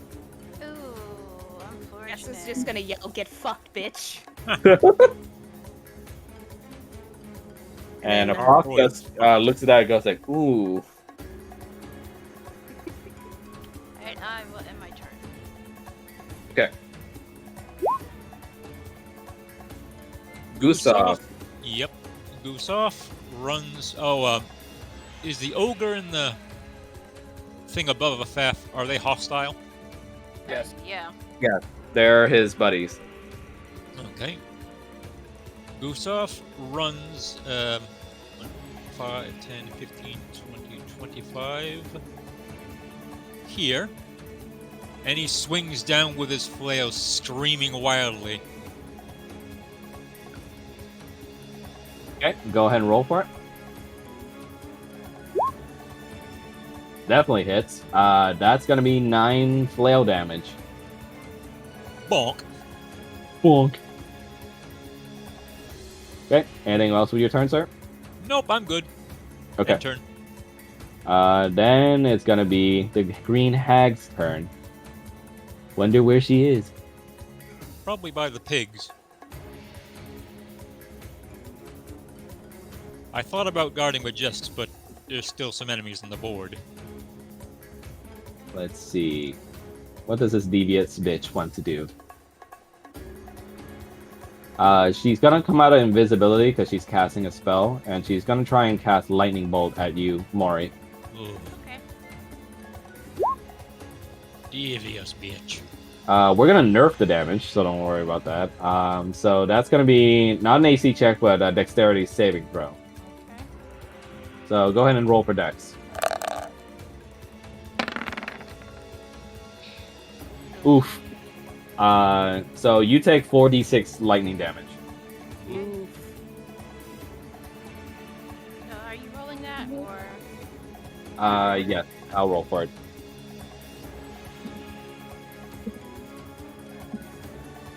$11 damage. The lightning courses from her hands and strikes you when you're not looking, unfortunately.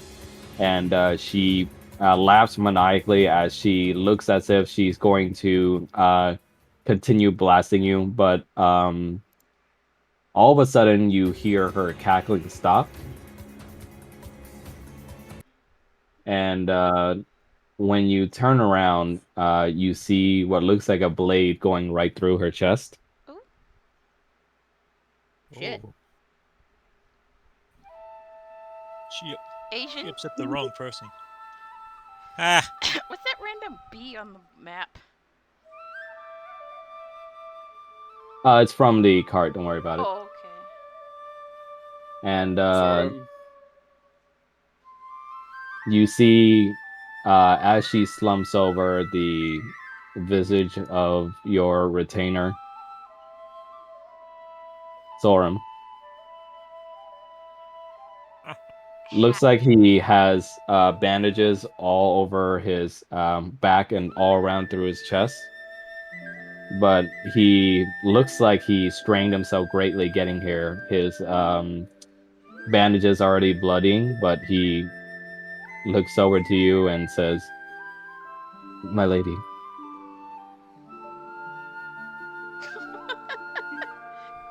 This music's kind of heavy, ain't it? He stumbles over to you and he falls to his knees a bit, holding your hand, but he says, I have slacked in my duties. Forgive me. Oh, shut up, you. She kind of like picks him up and she like gives him like a fierce hug. Like He groans a bit, feeling her hug him tight enough where it hurts on his back from the arrow, but he smiles regardless, and he doesn't feel it's appropriate at first with his position, but he just sort of softly hugs her back. don't you ever scare me like that again. And from the back, well, Oh that's my not the- god, what the fuck?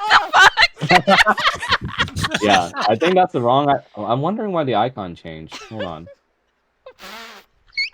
Haunted by dinosaur ghosts. Yeah, there's no icon. Don't worry about it. I'm pretty Because the thing is messing up right now. But you see Atismat come out, and he's crossing his arms, and he says, "What? No thanks for me."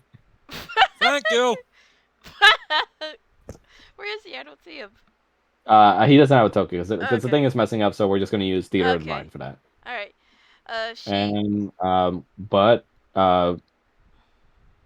parting from the hug, Thoram's gonna look at Mori and go say, "Are you hurt, my lady?" I'll live as soon as we kill the rest of these bastards. Ah. Damn, that lightning hurt though. He cups over one of your cheeks with his hands and says, Oh, "Then they will die, as you wish." oh, And he joins the battle. oh, woo, yay! It's a movie. After Sorb says, well, then they will die, Jess is just gonna shout over, but you already killed the one that did it. Fucking ruined the mood, yo. Yeah. Thoram looks over at the rest of them and goes like, "And yet the work remains unfinished. Let us finish this." Yeet. Okay, and yeah, it's gonna go back over to the two ogres. One of them is gonna try and attack Gustav now. The one on top. Bring it, boy. Hang on. Oh. Reaction from myself. Okay. For fighting style protection, he gets disadvantage to attack Gustav. Ooh, nice. Okay, so this will be disadvantage. So he's gonna attack with the javelin. Disadvantage. Ooh. Still Ooh. hits. That It still hits, unfortunately. He's like, fuck your disadvantage. He's gonna attack you for 8 piercing damage with the javelin. Ooh. Oh, that comes down to 4 because I'm still raging. Oh, right. That's 4. right. 4. You are a tanky boy. Fucking I am a barbarians. tanky boy. Gustav gets hit square, he barely moves, and he roars through his mask. Nice. Sounds like a smoke from a cobalt. And the other one is gonna attack as well.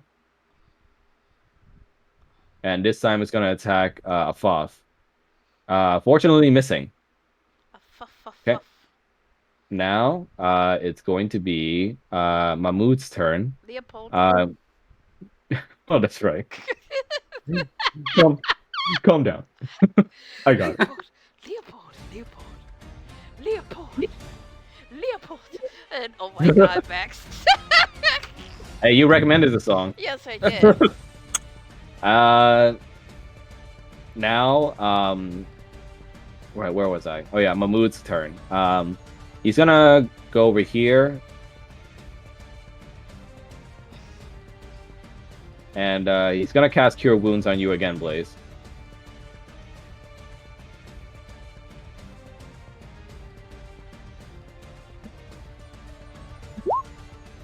Healing you for 4 damage. Okay, and that's gonna be his turn. And after that, it's gonna be a Foth. He's gonna go ahead and attack the ogre guy down here with a multi-attack. With a multi-attack, I will smack you in the back. Ooh. That does hit. Nice.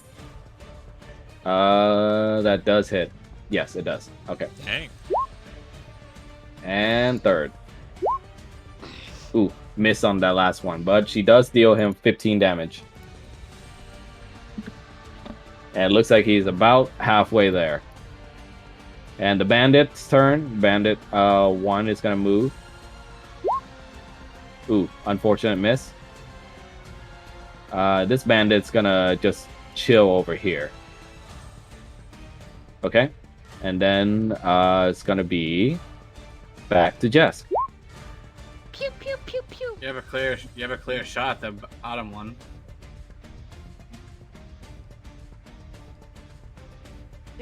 Oh, yeah, I do. For some reason, I was thinking that this stuff all here was a No. wall. Ooh, Okay. yeah.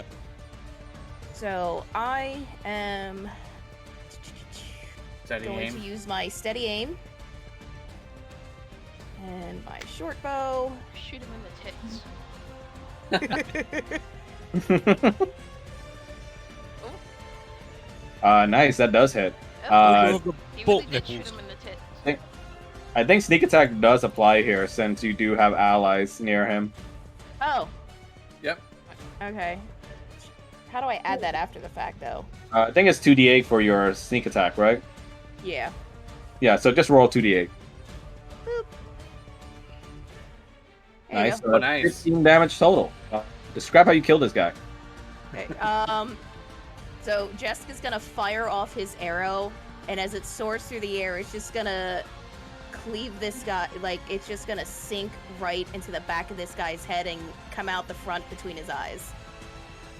Nice. Yeah, he's definitely gone. Okay, anything else with your turn?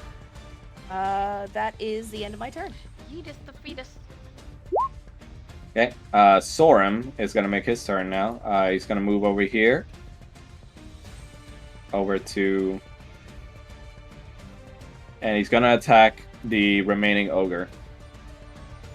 Oh, look at my boy go.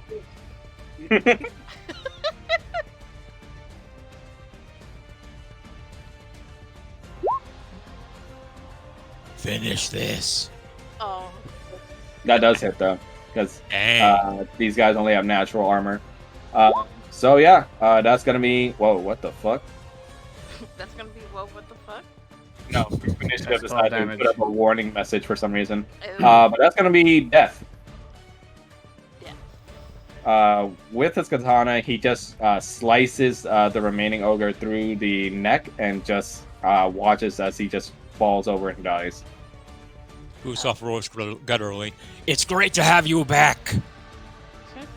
Sorum bows his head to you and goes, "The same can be felt for me, my friend." So does he slice her to pieces like Trunks did to Frieza? What you say? So does he slice her into pieces like Trunks did to Frieza? No, Oh, okay. not that extra. I said he just sliced him through the Oh, neck. okay. Extra. And victory. Yay! Ow. Pull something. Yeah, I did. Wait. Ouch. The correct one.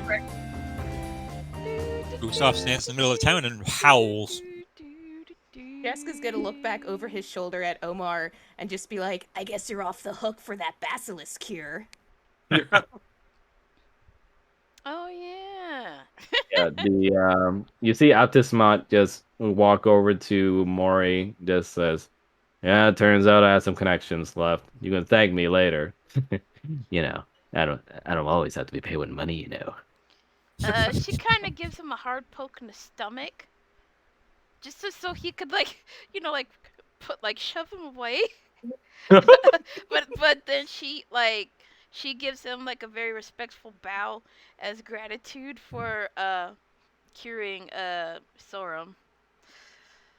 He said, "I'll send you my invoice." Invoice.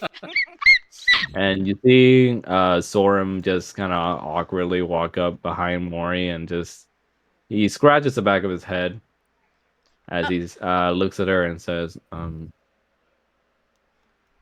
"My apologies, my lady. For what? It was unwise of me to take such an action. You did your job. Still, as a result, you were hurt, and I was not there to prevent that." She gives him a smooch on the cheek to shut him up. He sort of just freezes up and just goes babble speaking, goes like, Uh, Sean, can you let the dog out, please? Yeah, she needs to go out. after the conflict is over, Okay.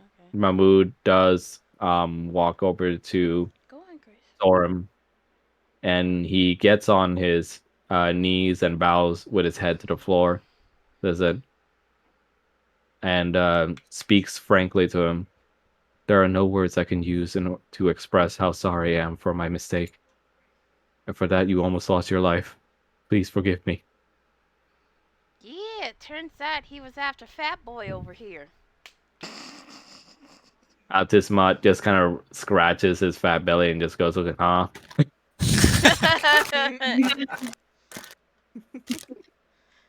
And Sorum just kneels down and gets the man to rise up. A person of my stature does not require groveling. If it is anyone who gives forgiveness, it will be my lady. She kind of looks towards Mahmoud and kind of let me see here. I'm gonna just watch where you're aiming next time, please. With any luck, there will not need to be a next time, but of that I am uncertain. He looks over to Omar's direction, where Jesk and Blaze are, Mm-hmm. and you see Omar finally opens his eyes and he sees the conflict ending. He's like, "Oh, thank you all. We're Now still we can getting move on." paid, right? Yes, of course, of course. You will be paid handsomely for your work. Yeah, you Emperor. better. Gustav approaches Omar, and he says, "You may keep my gold if you will just reinstate your son, recognize your son.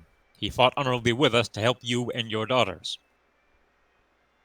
You This see is the least Mahmoud you can just give. sort of slings back into his white robe as he's unsure of what to say. Leopold? Gustav No removes music his for this part. Oh, mask. okay. Okay. You see Omar looks to you all and just says, he takes a bit to pause and says, he stands up above his daughters and says, I am a big enough man to admit my failures. I will admit my thirst and my greed had pushed me to use you all as tools to remove my competitors and to recover my daughters. Oh, that's kind He of gross. walks over to Mahmoud's direction.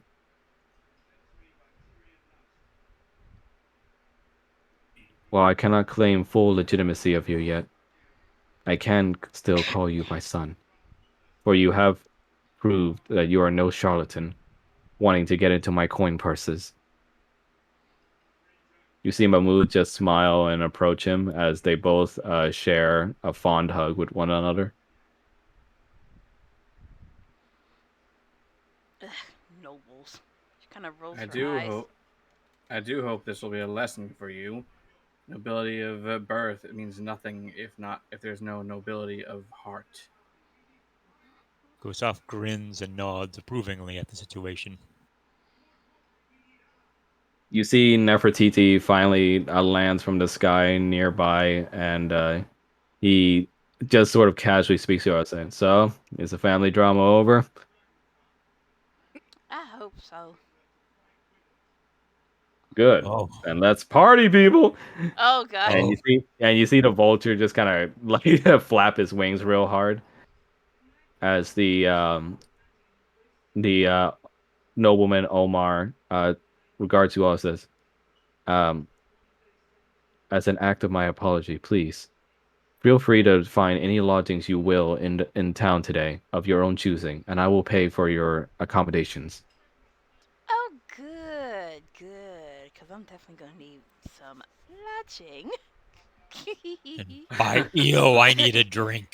Does this mean And we can finally eat pig? Yes, And- but not those ones. Yes. you see Mahmoud says, yes, I believe the celebrations will last all until tonight. Though there is the matter of how that spell will be broken. And you see the Omar speaks. Do not worry. I will have the Grand Priestess of the Per Bastet Temple work on recovering them to their true forms. And you will be paid double what I had originally promised. Works for me. Ooh, that should get us to our next destination, Sorum. Sorum nods his head, and he uses the sleeve of his kimono to wipe away some of the lightning created dust on your cheek, and just says, "Yes, my lady, at your will." At my will, huh? He sort of twitches a bit and says, "Yes." Good, Oh. good. Those are fatal words for you, my friend. I'm gonna need the biggest bed the city has. Donning You see- silk and all those kinds of luxuries. And you are You- going to join me.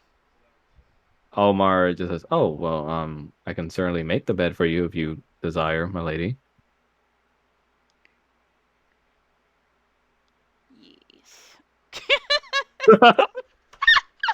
He sees your tone and says, "You are just asking me to make the bed, right?" Yeah, sure. Make it all night long. Yeah, he just innocently goes, "Oh, okay, no problem." And meanwhile, Atismat just sort of slinks towards Moring and says, "My bed's pretty big. No, all Yeah, things you considered." fill all of it. There ain't hardly no room for anybody else, I'll bet. The Yes, groove would look like an Atismat egg just says- chair. He says, hurtful words. I'm the one who helped to recover your boyfriend here.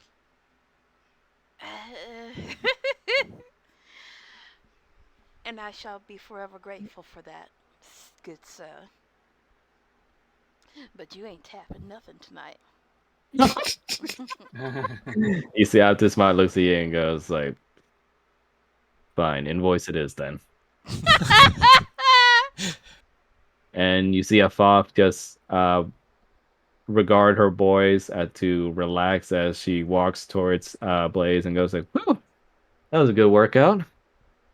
So she kind of slides her hand over yours. Ready? Ready for Freddy? Yes, I am. Oh, come on, don't be Nothing like if- that. Nothing if not a person of my word. I can find a great place I can even do some braids with that mane. That's not necessary. Yeah. And she just sort of like whiles away the day with you, just going off on like all the places she wants to take you.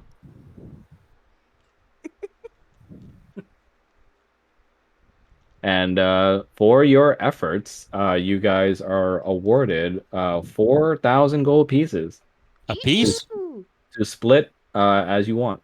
Oh. Oh. So, I mean, You're that's like, 1,000. I mean, Ow. 1,000 gold pieces is still nice. Yeah. Well, there's also Sorum's share. Oh, yeah. Zoram isn't taking any of the share. Zoram simply looks over to Mori and goes like, I frankly have no need for that money. Whatever I use, I believe my lady Mori takes care of the matters."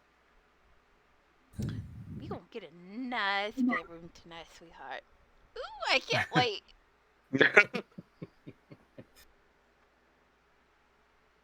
then Yeah, she it's kinda still clueless. gives him a, Still clueless. He just says, "Yes, a big bed should feel quite nice for you." and then she gives him a quick pinch on the Uh. butt, and she starts to leave. He just says, "Oh." Oh fuck. Excuse me. Okay. And a little epilogue. The thanks to your guys' heroic efforts, the daughters are fortunately able to return to their original forms. Thankful for your efforts, and they regard their newly discovered half brother Mahmoud and welcome him with open arms as they all hug him with regards. And from 12 the nights away, during the last night of the pig celebration, the night is ablaze with all sorts of carnivals lighting the streets along with lantern lightings and feasts all around with pig meat and all sorts of pig related items around. Why don't you guys all describe what your characters are doing in this epilogue? Blaze? Someone's doorbell rang, and it sounds exactly like my doorbell, and Yeah, it confused me. yeah, it's mine. Sorry about that. But yeah, Blaze, what would you say Blaze is up to during this epilogue? He's just trying to find somewhere to just spend time to himself. Yeah, I'll add on to that and say that throughout the night you show Afaf a really good time, and she gets blacked out drunk, allowing you to slink away. Oh, oh, foof, foof, foof, foof, foof. And what about you, Jask? What are you up to during those festivities? Jesk is just gonna be basically just using his gold to buy as much meat as he possibly can, and just Yeah. have like his own little mini feast. Nice.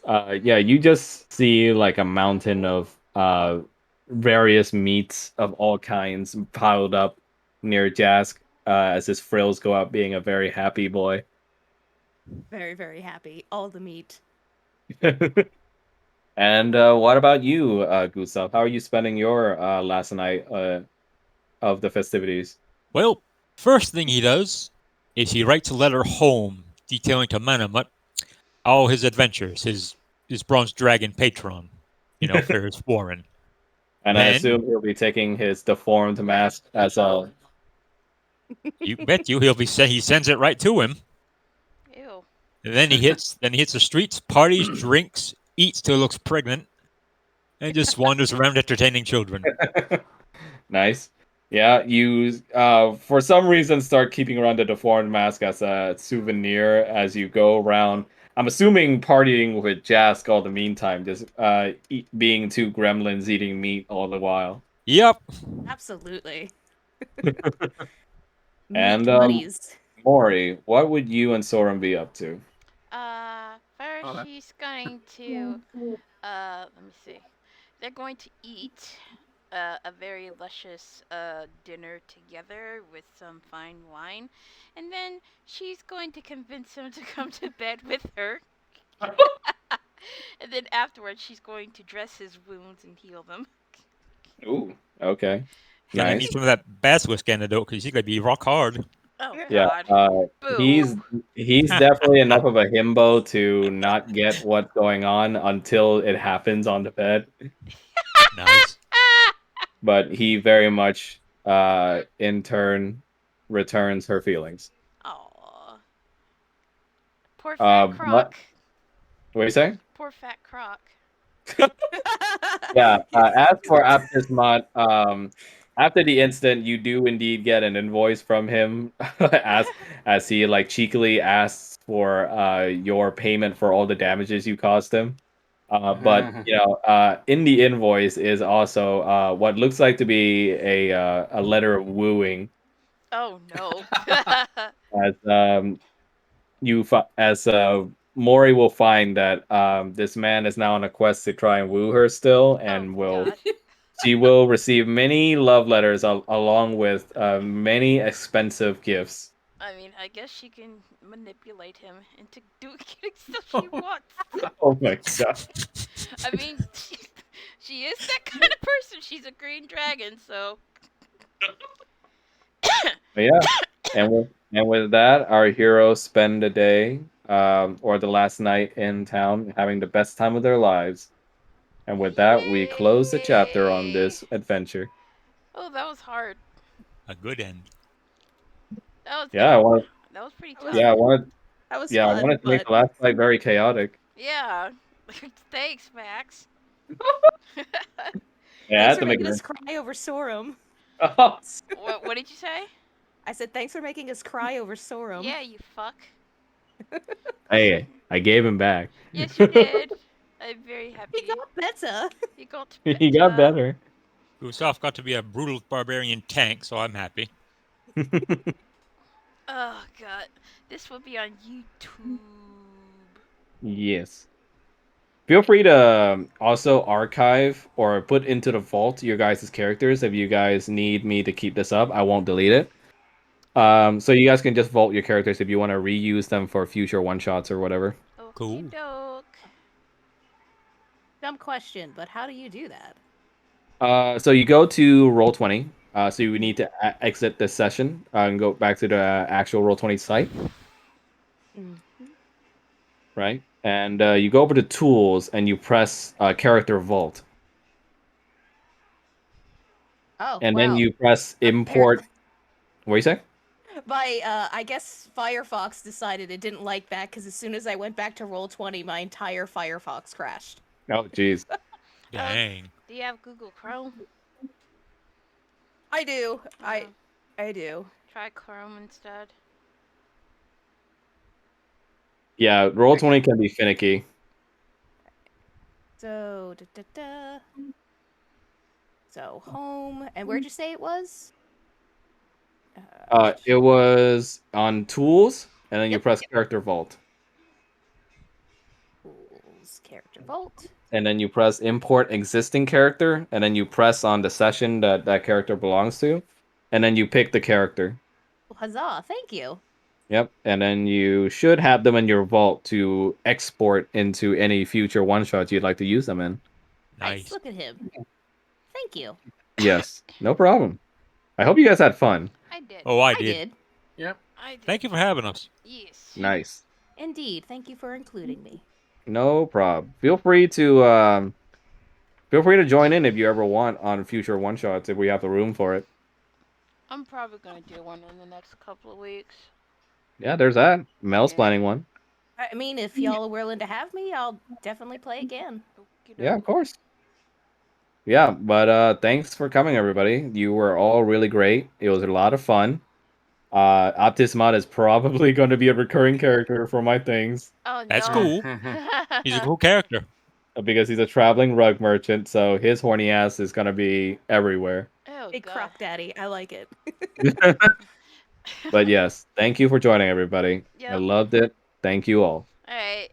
Thank you. Bye. Yeah. Thanks. Later, everyone. Bye. Have a good night. Later. Peace. Good night.